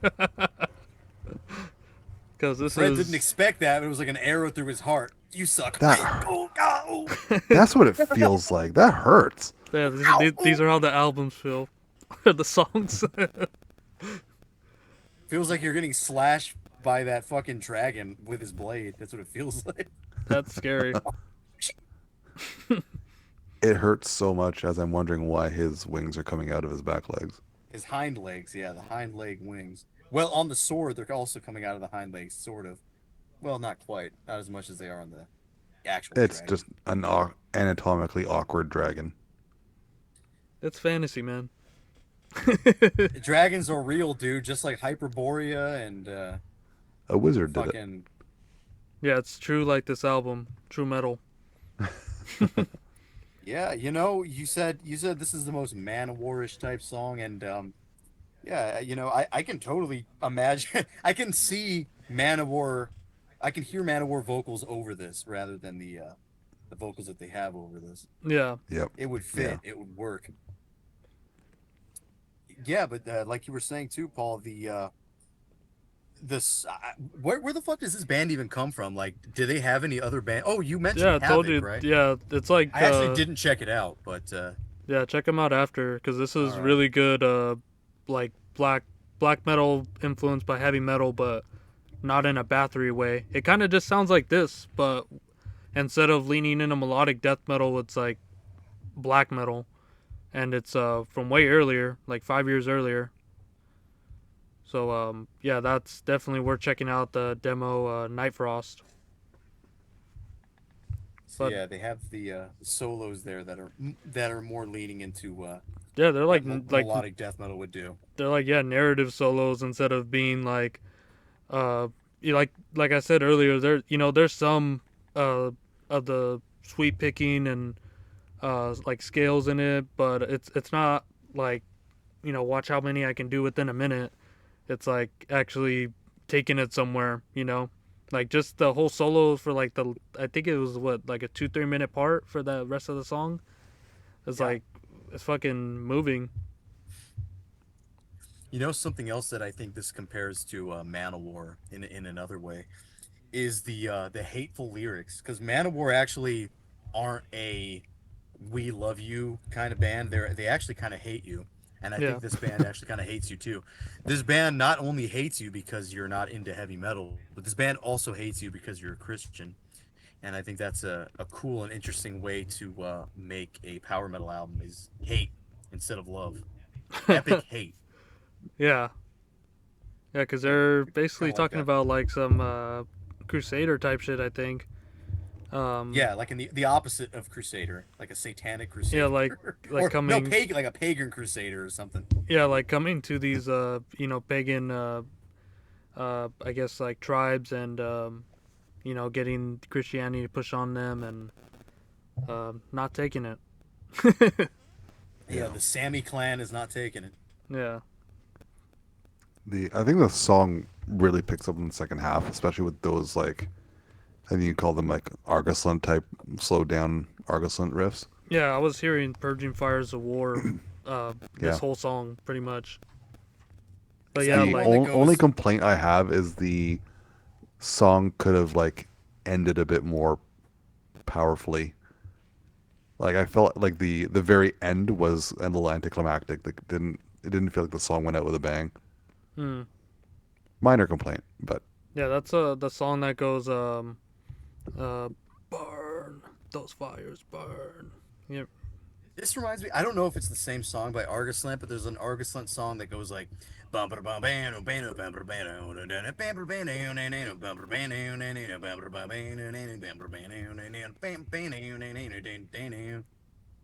that the same song or is that a different song? What's the next riff? It's like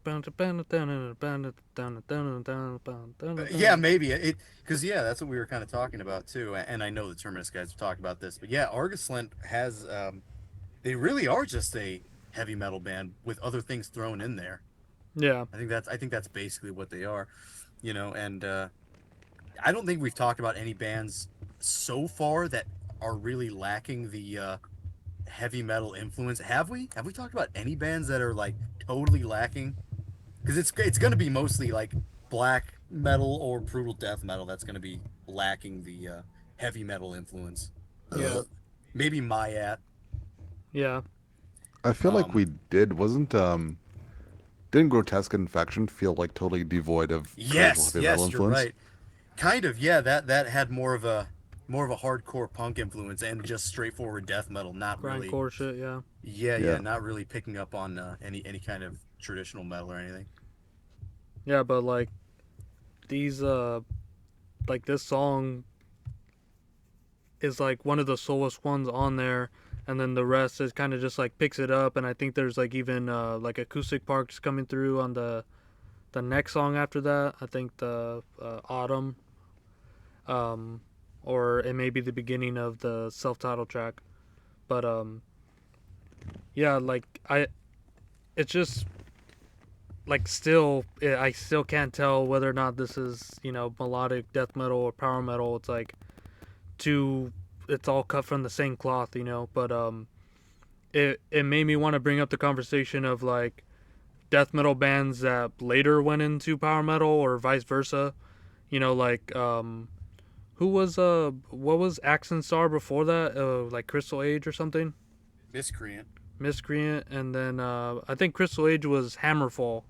Yeah, Crystal Age was Hammerfall, and Yeah, and then this is a lot like Hammerfall too. This definitely could be like a Vakken type of band, yeah, and Hmm. I feel especially like because it's on Nuclear Blast too, like you said. yeah, and I Yeah. feel like these guys are like, I don't know. There's like the concert bands, and then there's bands like this that I feel like they're on a different tier. Like I don't know. I feel like they're a bit more respectable. Yeah, I get that, especially because they only have one album and they kind of like say everything that they want to in this one album as a heavy metal slash power metal band too. Yeah, and then the other band would be um Dawn going into, or the guitars from Dawn and Oh, Cranium, obviously yeah, going into Defender. Defender and Afflicted and things. Yeah, and then even Afflicted going into the Dawn of Glory album, with just being way more heavy metal based. Yeah, there was another band that did that. I think they started off as black metal. I think they were called Ancient Rites. Yeah, yeah, yeah. Does that sound right? Ancient What did rites they go into though? rule. I forget. Well, they start off as a black metal band and basically do the same thing. Yeah, they become a power metal band, not with vocals like this, but you know, they kind of evolve in that way. Yeah, And and I think go ahead. go ahead, Paul. No, go ahead. I'm switching the conversation. Go ahead. Oh, okay. I I'm was just just gonna. gonna throw in how much I love Diabolic Serenade. Freaking Ancient Rites is awesome. Yeah, Yeah, Ancient Rites has some good shit. I like the album with the Viking on it. He's like by a tree. I don't remember what the name of that one is, but that one's cool. If I'm even thinking of the right band, I No, I might think have. you are. They really switched directions after the after I think the first album, but Diabolic Serenade is just awesome. It's almost like Oh yeah, that one is really cool. I forgot about that one. The one I'm talking about is it's Fatherland. almost like Beharit had a traditional heavy metal influence. That's kind of what Morningstar always reminded me of, or not Morningstar, but the other project that the dude from Morningstar did, Perkele. I don't know if you ever heard that. No, I don't think I That heard it. I know the it, one you're talking about, but I didn't hear that one. yeah, it's kind of like Beharit, but with heavy metal influence, and it also is going into the Viking metal thing. And that Hmm. Ancient Rites album that I was talking about, Fatherland, it's kind of it's actually switching from black metal to power metal, but this is kind of the in between time where the music is heavy metal and the vocals are still more black metal, and that's in 1998, and I think this album's in 99. So there, I think at that time, like Paul was saying with some of these other bands like Afflicted and Defender, there is an interest in bringing back power metal or just traditional heavy metal, and that kind of translates to power metal. Like Blind Guardian is kind of like doing their thing, and I think the guys from the I forget what his name is, Alan from Primordial. He was yeah, actually talking about this about a month ago with some guy. They were kind of going into the rise of power metal and Vakken and things like that. Mm. I was gonna And say like this band like they're melodic death metal but structured in like a heavy metal song way, you know, sort of like how the power metal bands have you know the set pockets for you know each instrument to shine, but they're kind of just allowing that for the guitars because it's like one of those weird bands where kind of like Horde of Worms where they had like all the string members and then they just had a drum machine over it. I think it was just like two guitarists on this album, and then the guitarist like played bass. Yeah, and then someone did drum programming. Also, it looks like a vocalist, a drum programmer, and then a guitarist guy who played bass. Um, but I swore there's some keyboards in there too. no, there are keyboards in here. Like there's parts where the keyboards shine. Maybe Yeah, they just didn't credit whoever did that. I don't know. yeah, I'm looking here to no credit, but yeah, it's like it's weird because like in I would think that it would be, you know, more centered around guitar shit, but it just seems like a revival of like power metal or just trying to make power metal more extreme, but still being heavily based in you know heavy metal. Because it's funny because power metal was coming out alongside death metal and all this shit in the 90s. Yeah, Like they were like evolving together. yeah, because like the earliest shit was you know in the weird terms of like speed metal, like Halloween, like early as like 84, 85, and Blind Guardian I think came later, like 87, 88. Yeah, then you have like Scanner too, also from Yeah, Germany. and then you get like the more polished power metal at in the 90s on, and Like I don't know, I Rhapsody think and things. yeah, and I think that this was like taking what was happening then and just putting it in a more extreme but true direction, you know. Yeah. They pulled it off.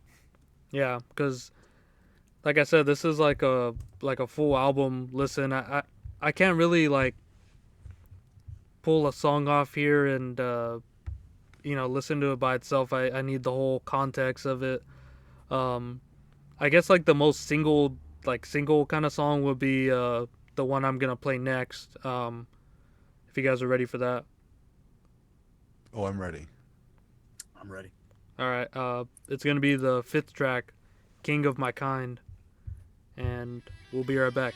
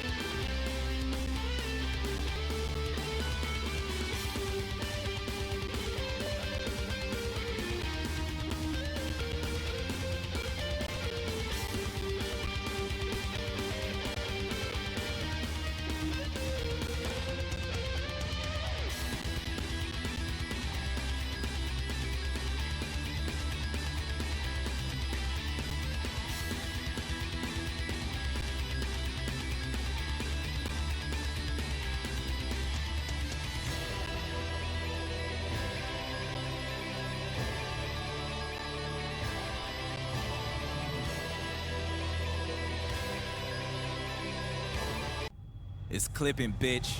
God damn, what a song. That ruled. Yeah, how'd you like that ending, Fred? Yeah, that was better. Valhalla-esque.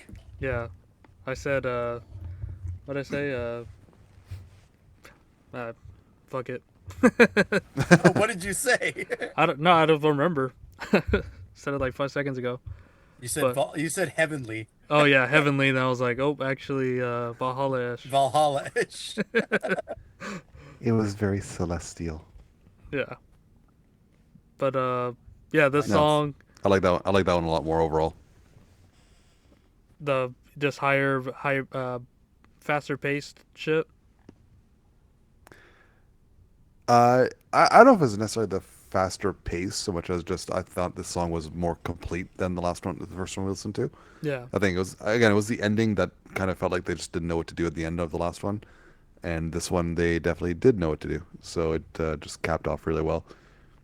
But I love those, like, I guess, keyboards at the beginning, kind of, and I'm saying this in a good way because I don't actually like Children of Bottom, but it did remind me of Children of Bottom, but in a not obnoxious way. No, I was listening to some Children Bottom earlier this I'm week sorry. too, and it does definitely sound like it. I just feel like they take it to a way more uh Annoying place. yeah, it's like not definitely not as true as this. Like it is more extreme, it's faster, and there's a lot more of like the guitar technicality to it. It's sort of like Yeah. void of emotion, which is not making it true metal, you know? I can't listen to Children of Bottom without thinking to myself, you guys need to calm down a bit. But this was reasonable. But the when that part ended and they moved to like the main part of the song, that was again bring me back to Morning Morning Star, Star, kind of right? a yeah. But I didn't really realize just how much the guy's vocals remind me of Orlok from Countess Yeah. at points, and especially when he did those earlier vocals on the Nazgul's Irie albums when he was, because at one point the vocals went a bit more they were filtered a bit through and almost sounded a bit more robotic for Countess, but in the earlier albums they're more like just kind of screeched almost, and these kind of have that feel to them as well. Yeah, there's like straining, definitely. Yeah, and it's cool because with that vocal style, even though it's still that extreme style and it's kind of screeched, you can still make out what they're saying very easily. So it has the benefit of having that extremity while still being clear, right? Yeah, and it's mixed like in a way where there's a lot of space for the vocals to be heard. You know, it's not buried in the mix. Like I feel like this whole album is like produced really well, and um, for it coming out on Nuclear Blast at that time, I don't see why, or I see why it is on there. You know. Yeah, yeah, no, it makes sense. Like uh, everything about it is like it's catchy and it'd be easy to sell on a label like Nuclear Blast, but it wouldn't be one of their best sellers, you know? Yeah, it's just something to have on the It's catalog. not that accessible. Yeah, It's kind of like it surprises me a bit it's on Nuclear Blast because it's just not quite mainstream enough that it would like sell well. Like you remember that Brazilian band Warhammer? No, not Brazilian. They're German. Warhammer, the Hellhammer clone band. mm. They had an album on Nuclear Blast, and I was like, "What the fuck is this doing on there?" Well, I'm And surprised that. Go ahead. no, I'm just saying, like, I kind of get the same feel on this one. Listening to, this is a good album, but it doesn't fit with how so much more mainstream albums are on Nuclear Blast. Like, it doesn't fit in that lineup. I don't really know why it's there. Yeah, yeah, I'm not sure either. Because it seems like they just had the demo and then on Nuclear Blast. Well, I was gonna say Yeah, like on YouTube, like there's like almost 35,000 or 3,500 views on here, and what's it called?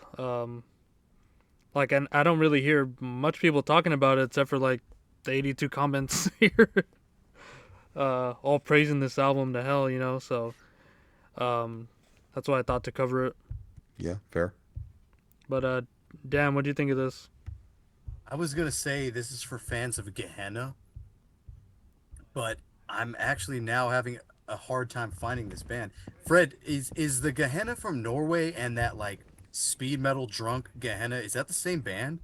Or is No. there a where's that band from? Where's the drunk speed metal Gehenna from? Isn't it like Sweden or something? I don't know. I don't see them on here.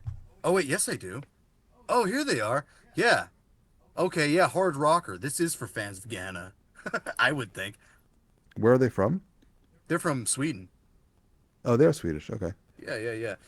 Now, this is a band that I've never really listened to much, but I know what they're about. And if you look at their lyrical themes, I feel like this is somewhat comparable to the Brimstone album. The lyrical themes are alcohol, metal, fistfights, and poser bashing. And poser is spelled Fist fights. Poseur. Poser bashing. Yeah. So fans of for that Gehenna. I forgot about them. I remember everybody just used to have patches of that, and I used to see it everywhere. Hmm. Every show you would go to, you'd see that Gehenna patch. I never thought they were that. I don't know. Maybe they The had yield the sign with the guy midnight. drinking in it. What's that? The yield sign with the guy drinking it. The second Yes, album. that's Or yes. I used to see that everywhere. yeah, yeah. The yield sign, exactly. I was also gonna say, well, Fred kind of beat me to it when he mentioned Children of Bodom. I was gonna say, Fred, you like this because it sounds like Children of Bodom. It's like maybe a precursor to Children of Bodom. I will fight you. But yeah, But definitely Paul, Norther. yes, you kind of mentioned that some of this is like reminiscent of, I don't know what the first band that you mentioned was, because I mentioned Norther to you in the chat today. I think you might have said Ensiferum as far as like um poppy melodic death metal went, and it's interesting because like a lot of bands that kind of went in that direction, like this Ensiferum did, they were kind of labeled as folk metal or Viking metal. Yeah. And I even remember an interview, I think it was with fucking Beelzebub on that metal retardation thing. He did an interview with Ensiferum, and the main guy said, "If you call us Viking metal, I'm going to fucking punch you," or something like that. So they didn't like the Viking metal tag, I guess. Yeah. I think I said Children of Bottom and Winter Sun. Yeah, yeah, Winter Sun for sure. Well, Winter Sun is basically, I don't know, you knew that was the same guy from Ensiferum, right? For like the first couple albums. Yeah, and then the guy from Ensiferum is in Norther and shit. So Yeah, they're all connected. Norther, I think, was the one that seemed like they wanted to be big rock stars or something, yeah, and they kind of took the melodic death metal thing to a strange peak, like to a peak where it was popular at the time. I mean, I don't know if you guys remember, I'm sure you do, but like stuff like Fintroll and Ensiferum and like Corpiclani, there was a time where that shit was like huge, probably in, I want to say 2005, 2006, and 7. Yep. shit's still huge, man. Yeah. Huge Not in my as huge though, huge in but my like, huge heart. dude, I when I saw Sodom, fucking Fintroll opened for them, and it's not that I particularly dislike Fintroll, but what a weird combo, man. Like the crowd was just bizarre. Like he had half of it was just old thrashers, and the other half were wearing fucking drinking horns and fur, and I'm like, what the hell's going on here? I think the guys wearing the fur and with the drinking horns, do you think they're real metal fans too? Because I always assumed I think they're back drinking when I fans.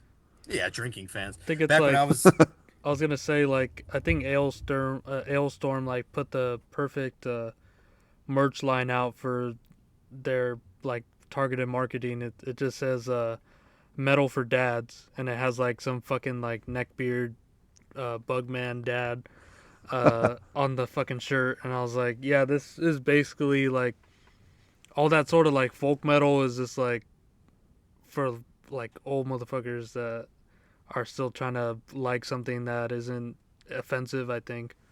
I don't know. It's kind of weird to say because I mean, when I was getting into metal in general, like a lot of that stuff was like early early listening for me, like in Sephirum and Yeah. Children of Bodom, like yeah, a lot of that stuff, and I even folk metal like Fintroll and Corporate Clowning, like we were just saying, and I always kind of assumed that a lot of the people that were listening to it were like me and kind of liked everything.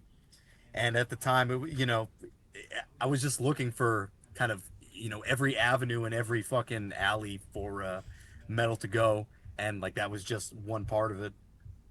And I Yeah. always assumed that those people liked the same stuff, which is what I was getting to about like what Fred was saying, like, oh, before Sodom came, or before Sodom played, there's like these folk metal weirdos.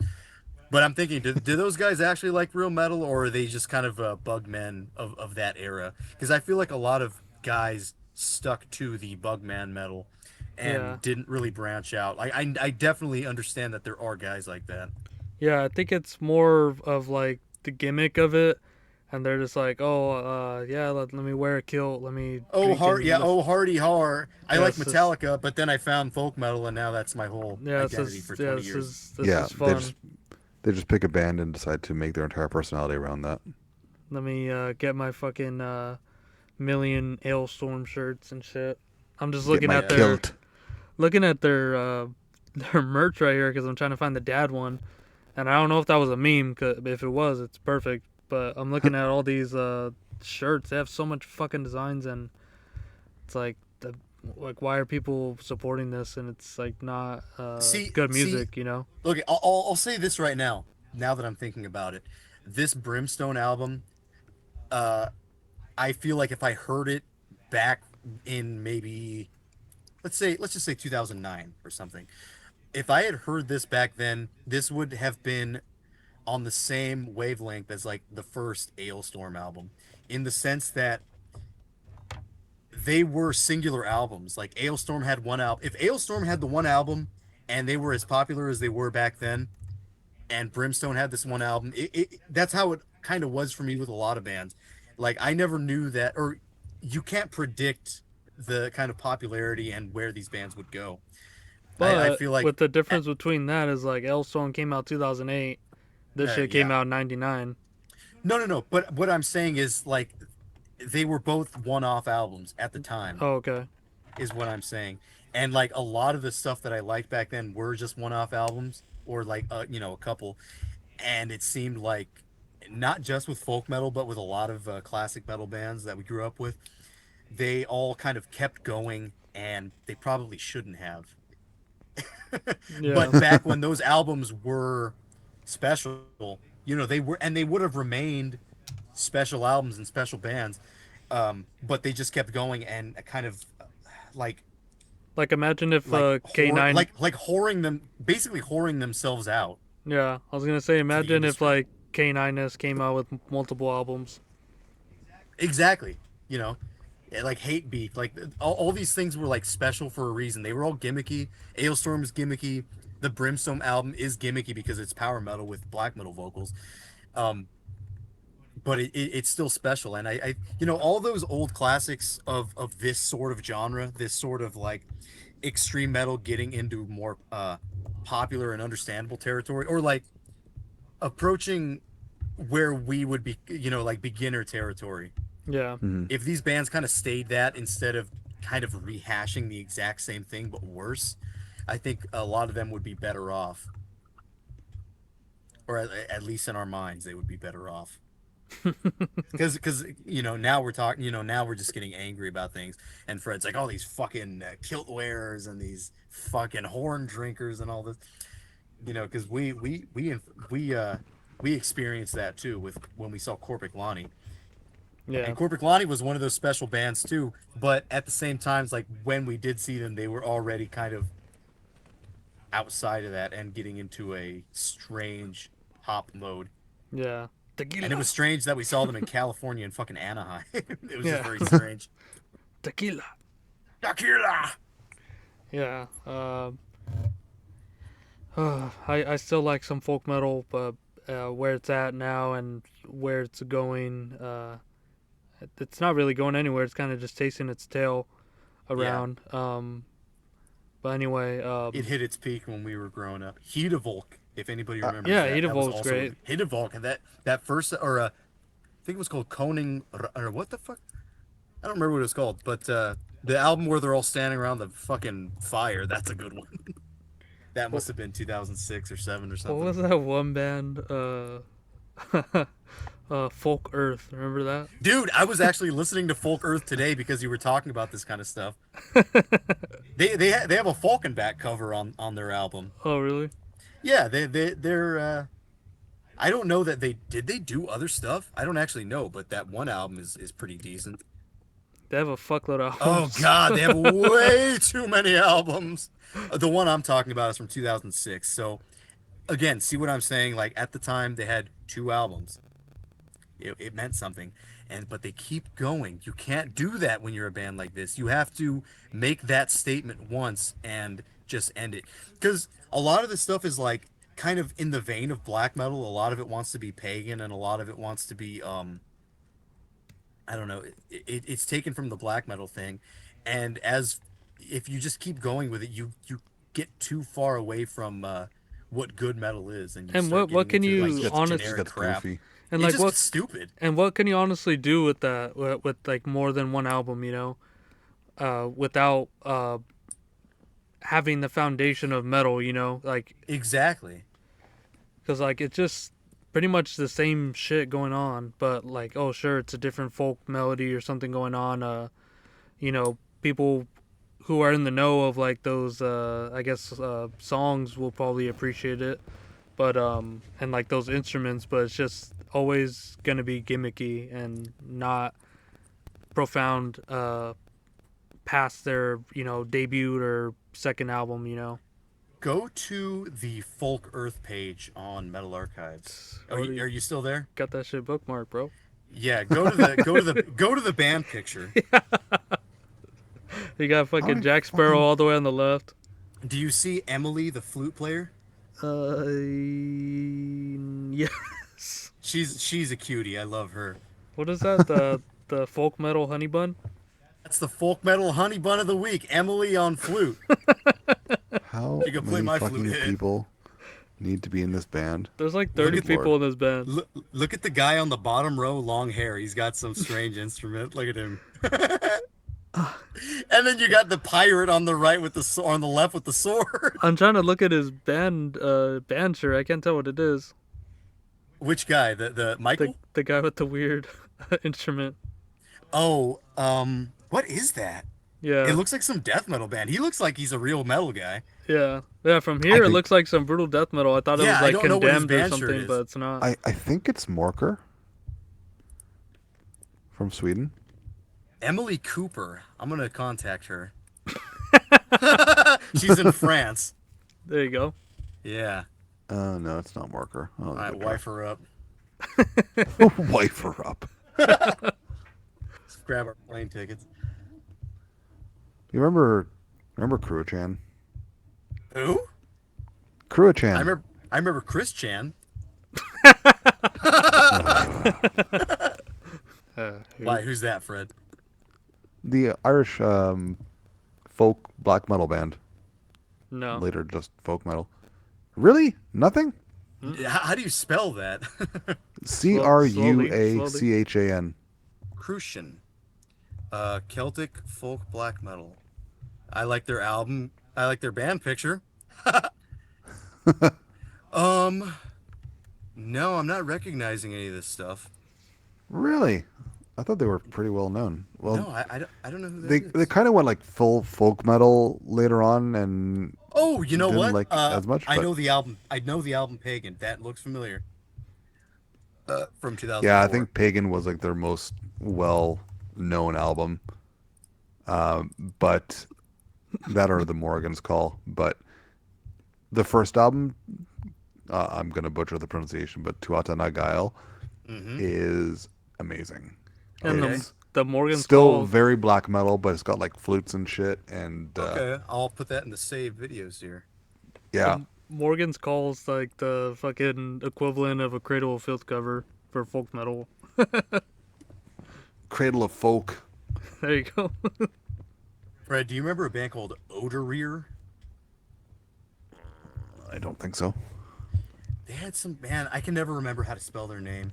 and they had some other band called like God, I can't even remember who the fuck it was. They were like all connected. Odoreer. I'll find it and I'll send it to you. It's like the album cover looks like a mountain, or it is a mountain with a waterfall coming down from it, but it's also a an old man's face with a beard, like with the clouds and stuff. I'll have to find it for you. It's kind of cool. Okay, yeah. No, it doesn't Let's doesn't say anything to me off the top of my head. Paul, do you remember what the name of that one folk metal band that the black metal guy's always talking about? The Irish one, Waylander.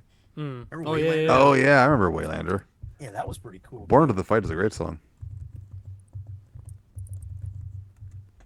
I feel like there was something that I just mentioned. Oh, He the Volk. You remember He the Volk, Fred, or no? I know them. I never really listened to them. That second album, Walla Walked. That one's pretty good. Yeah, I'll bring some folk metal on here eventually.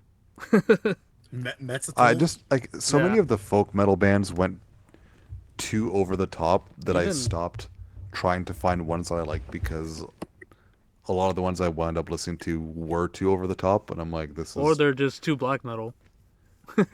And then you're just basically listening to pagan metal. Yeah, yeah. yeah, Well, I mean, like exactly.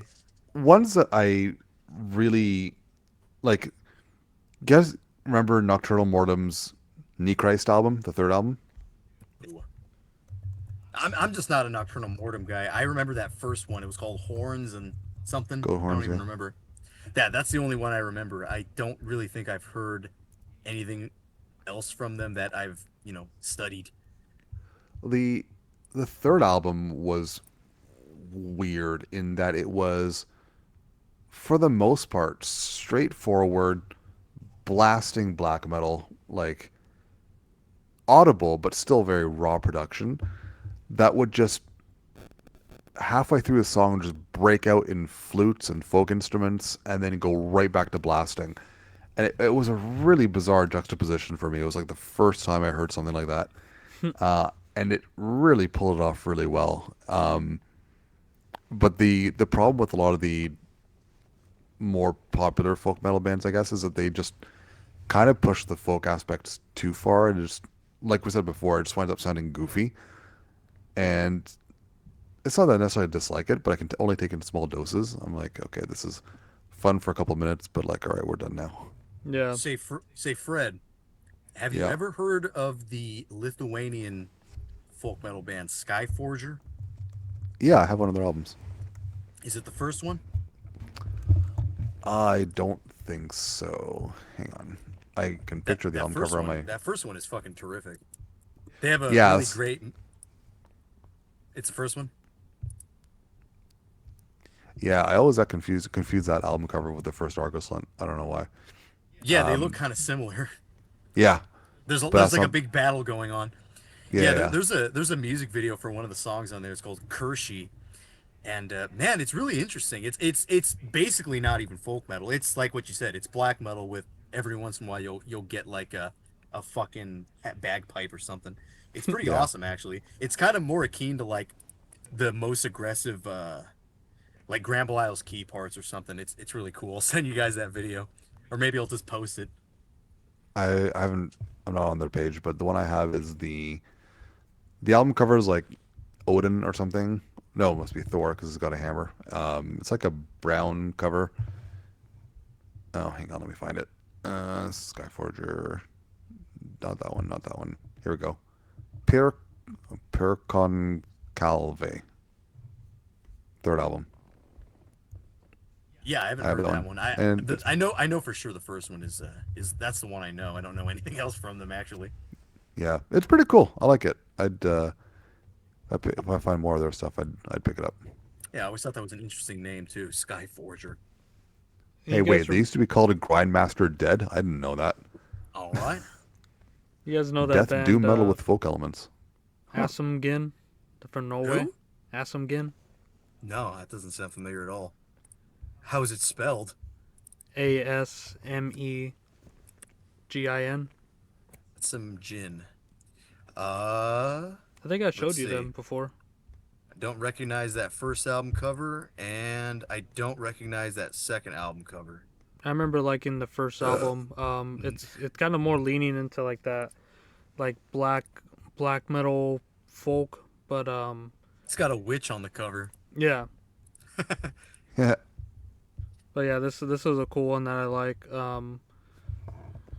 But I don't know. I'll bring something on. I know you like that Skyforger too, so maybe we'll get some more good folk metal talk. Yeah. One more strange one that I remember was a band called Svartby, and it's spelled exactly the way that it sounds. Svartby from Russia. They're just Huh. very strange. It's it's like what you would expect from folk metal, but with kind of like death and black metal vocal in it too. It's kind of weird. The one that I remember was the 2009 album. 2007 one actually looks pretty cool too, where they're all around the fucking like big pot. But yeah. All right, should we get into your third one here, Paul? Yeah, enough All of right. that crap. All right. Craft. But yeah, let's get into the my last pick. The song.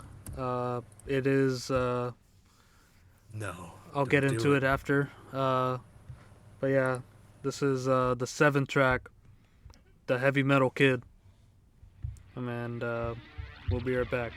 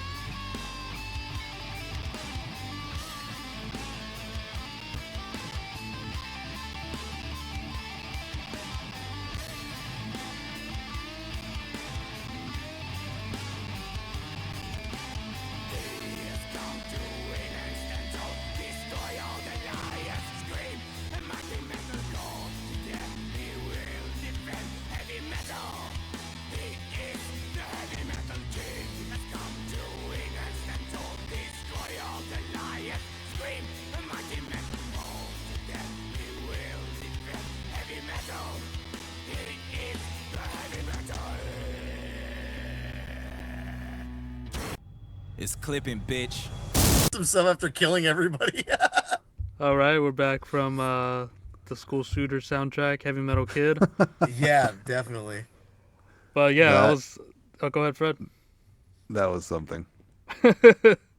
Yeah, like I said, this album in the songs it can get pretty samey, but um, you know, are in the songs the riffs and everything are pretty samey, but as an album, the songs themselves have a dynamic to them. So the three that I played are completely different from each other.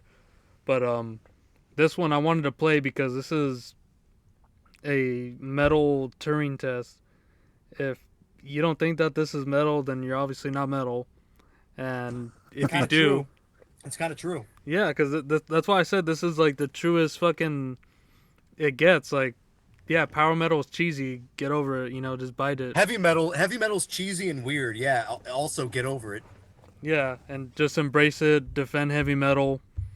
What do you Blow up say? your school. Be the heavy metal kid. Yeah, be bad to the bone. Be If cruel you're and in mean. ninth grade and you're listening to this, blow up your school. No, I'm just kidding. You know, at It's the like risk of a call to action. at the risk of beating the Countess point into the ground, um, on the album Holocaust of the God Believers, there's a track called Columbine High Blues. Oh hell yeah! This this and the lyrics remind me a lot of that. You know, maybe this isn't too far off to say, but I can imagine that young angsty metalheads who are pissed and there aren't any other metalheads in their school, they might have some sort of maybe not a fantasy about killing people, but they feel like they're the special one. They're the heavy metal kid at the school. Yeah. Yeah, and it's a shame. A lot of people I see younger who are barely like getting into this. They're kind of Like they skip that. avoiding. Yeah, Yeah. they like skip that phase of being the heavy metal kid. I know for sure. I Yeah. was that shit. Not when you met me. Once you met me, we were all heavy metal kids. Yeah, we're the heavy metal gang. That's true. The heavy Heavy metal metal, gang. heavy metal brotherhood. That's yeah, heavy metal brotherhood. It goes brown out. Heavy metal brotherhood. But yeah, it's like even this coming out in '99, they're on melodic death metal. This is as true as it gets. This is, um, you know, they know what was going on then and they appreciate it and they paid homage to it with this song. And I feel bad for people that don't like this and don't understand it and don't feel or relate to it, even though it is fucking ricotta cheese and shit. But it is, You should feel something when you read these lyrics when you hear this song. yeah, it's obviously as metal as it gets. This gives the same feeling that Saxon's Denim and Leather gives. That it Yeah, gave in 1979. This is the same yeah, kind of song. totally does.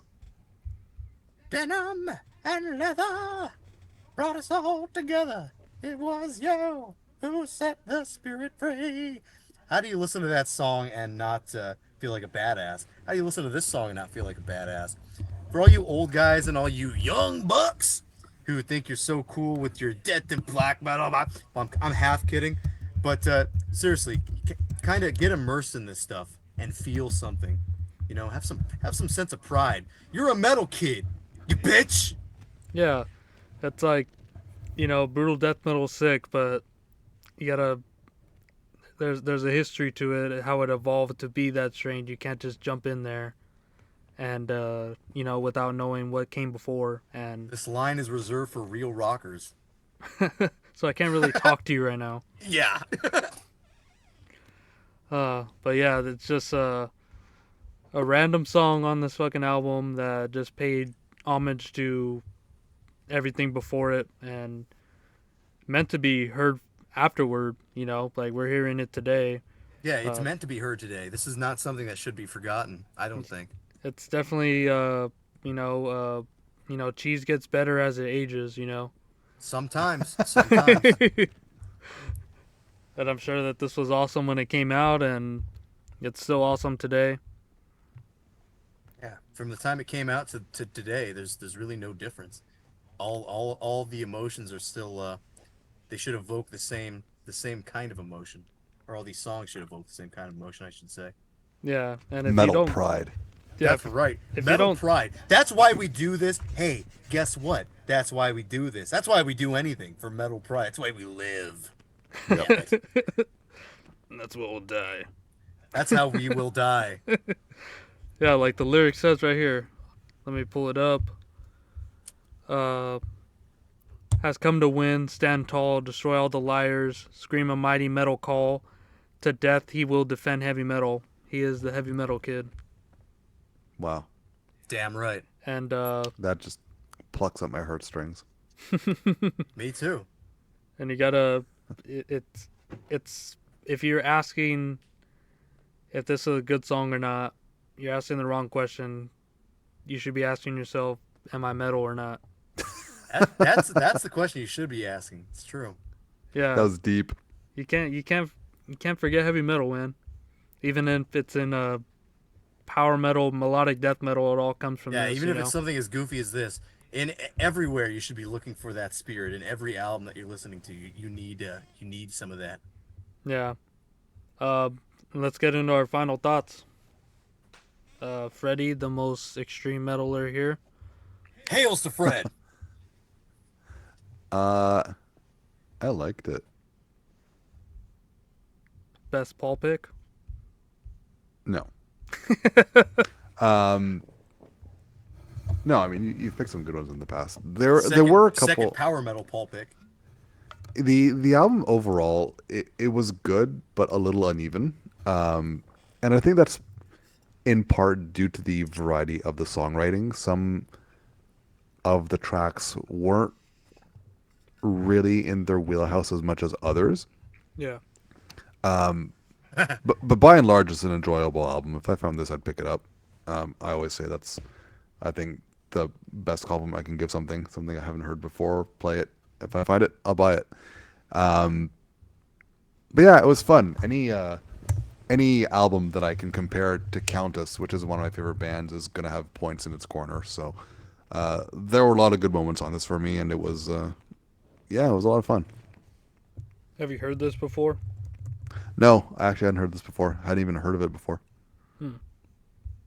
And I spent the entire week convinced that this was a Dan pick. Uh, It just Paul's before me. doesn't. It doesn't sound like a Paul pick. Well, now you know Paul's really metal. Yeah, every once in a while, Paul pulls out some gems. Who would have known? you know, Fred, I'll get you this one. Let's see, $4 on Discogs. Yeah, I feel like it's probably not the most expensive album out there. Sought after. I think the You know what though? Those are the best when you're looking for an album and you know it's a great album and you're looking for it and there's dozens of copies for like dirt cheap. You're like, what is wrong with people? Why is this just sitting there for nothing? fortunately none in Canada though. Ugh. Disappointing.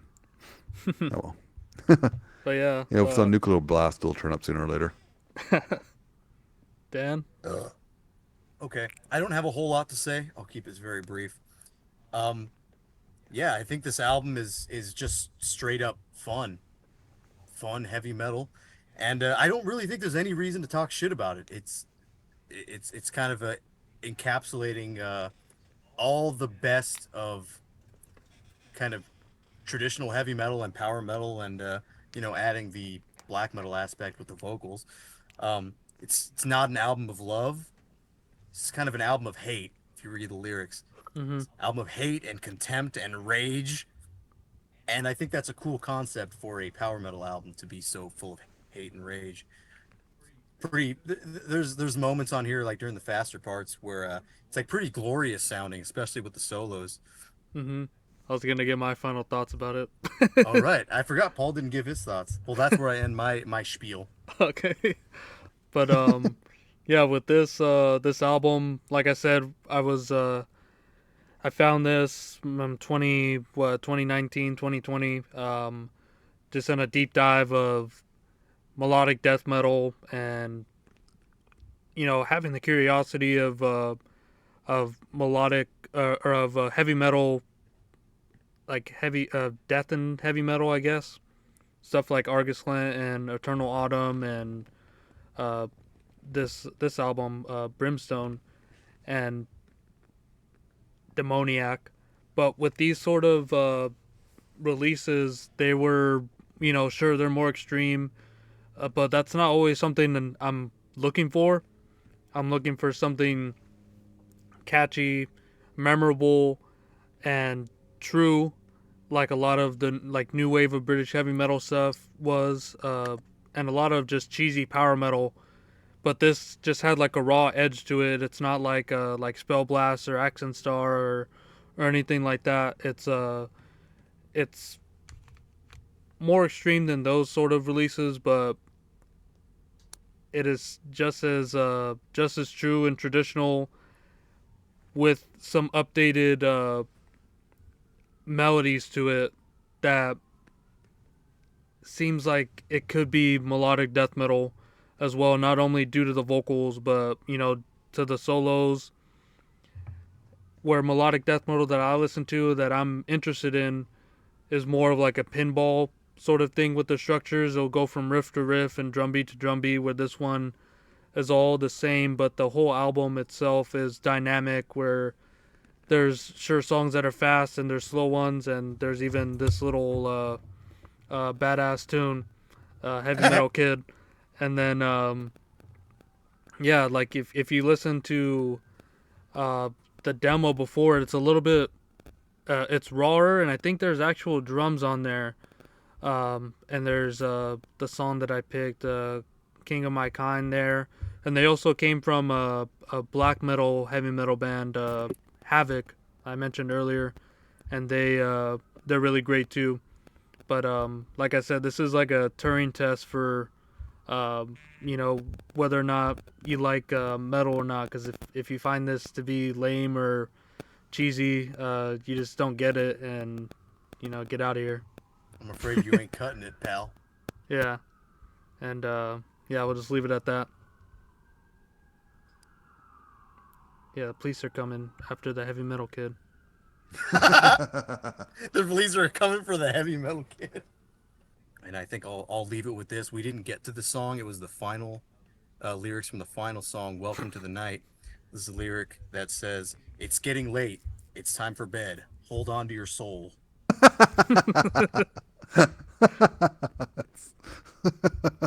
the fuck? I love it. And I'd like to end there.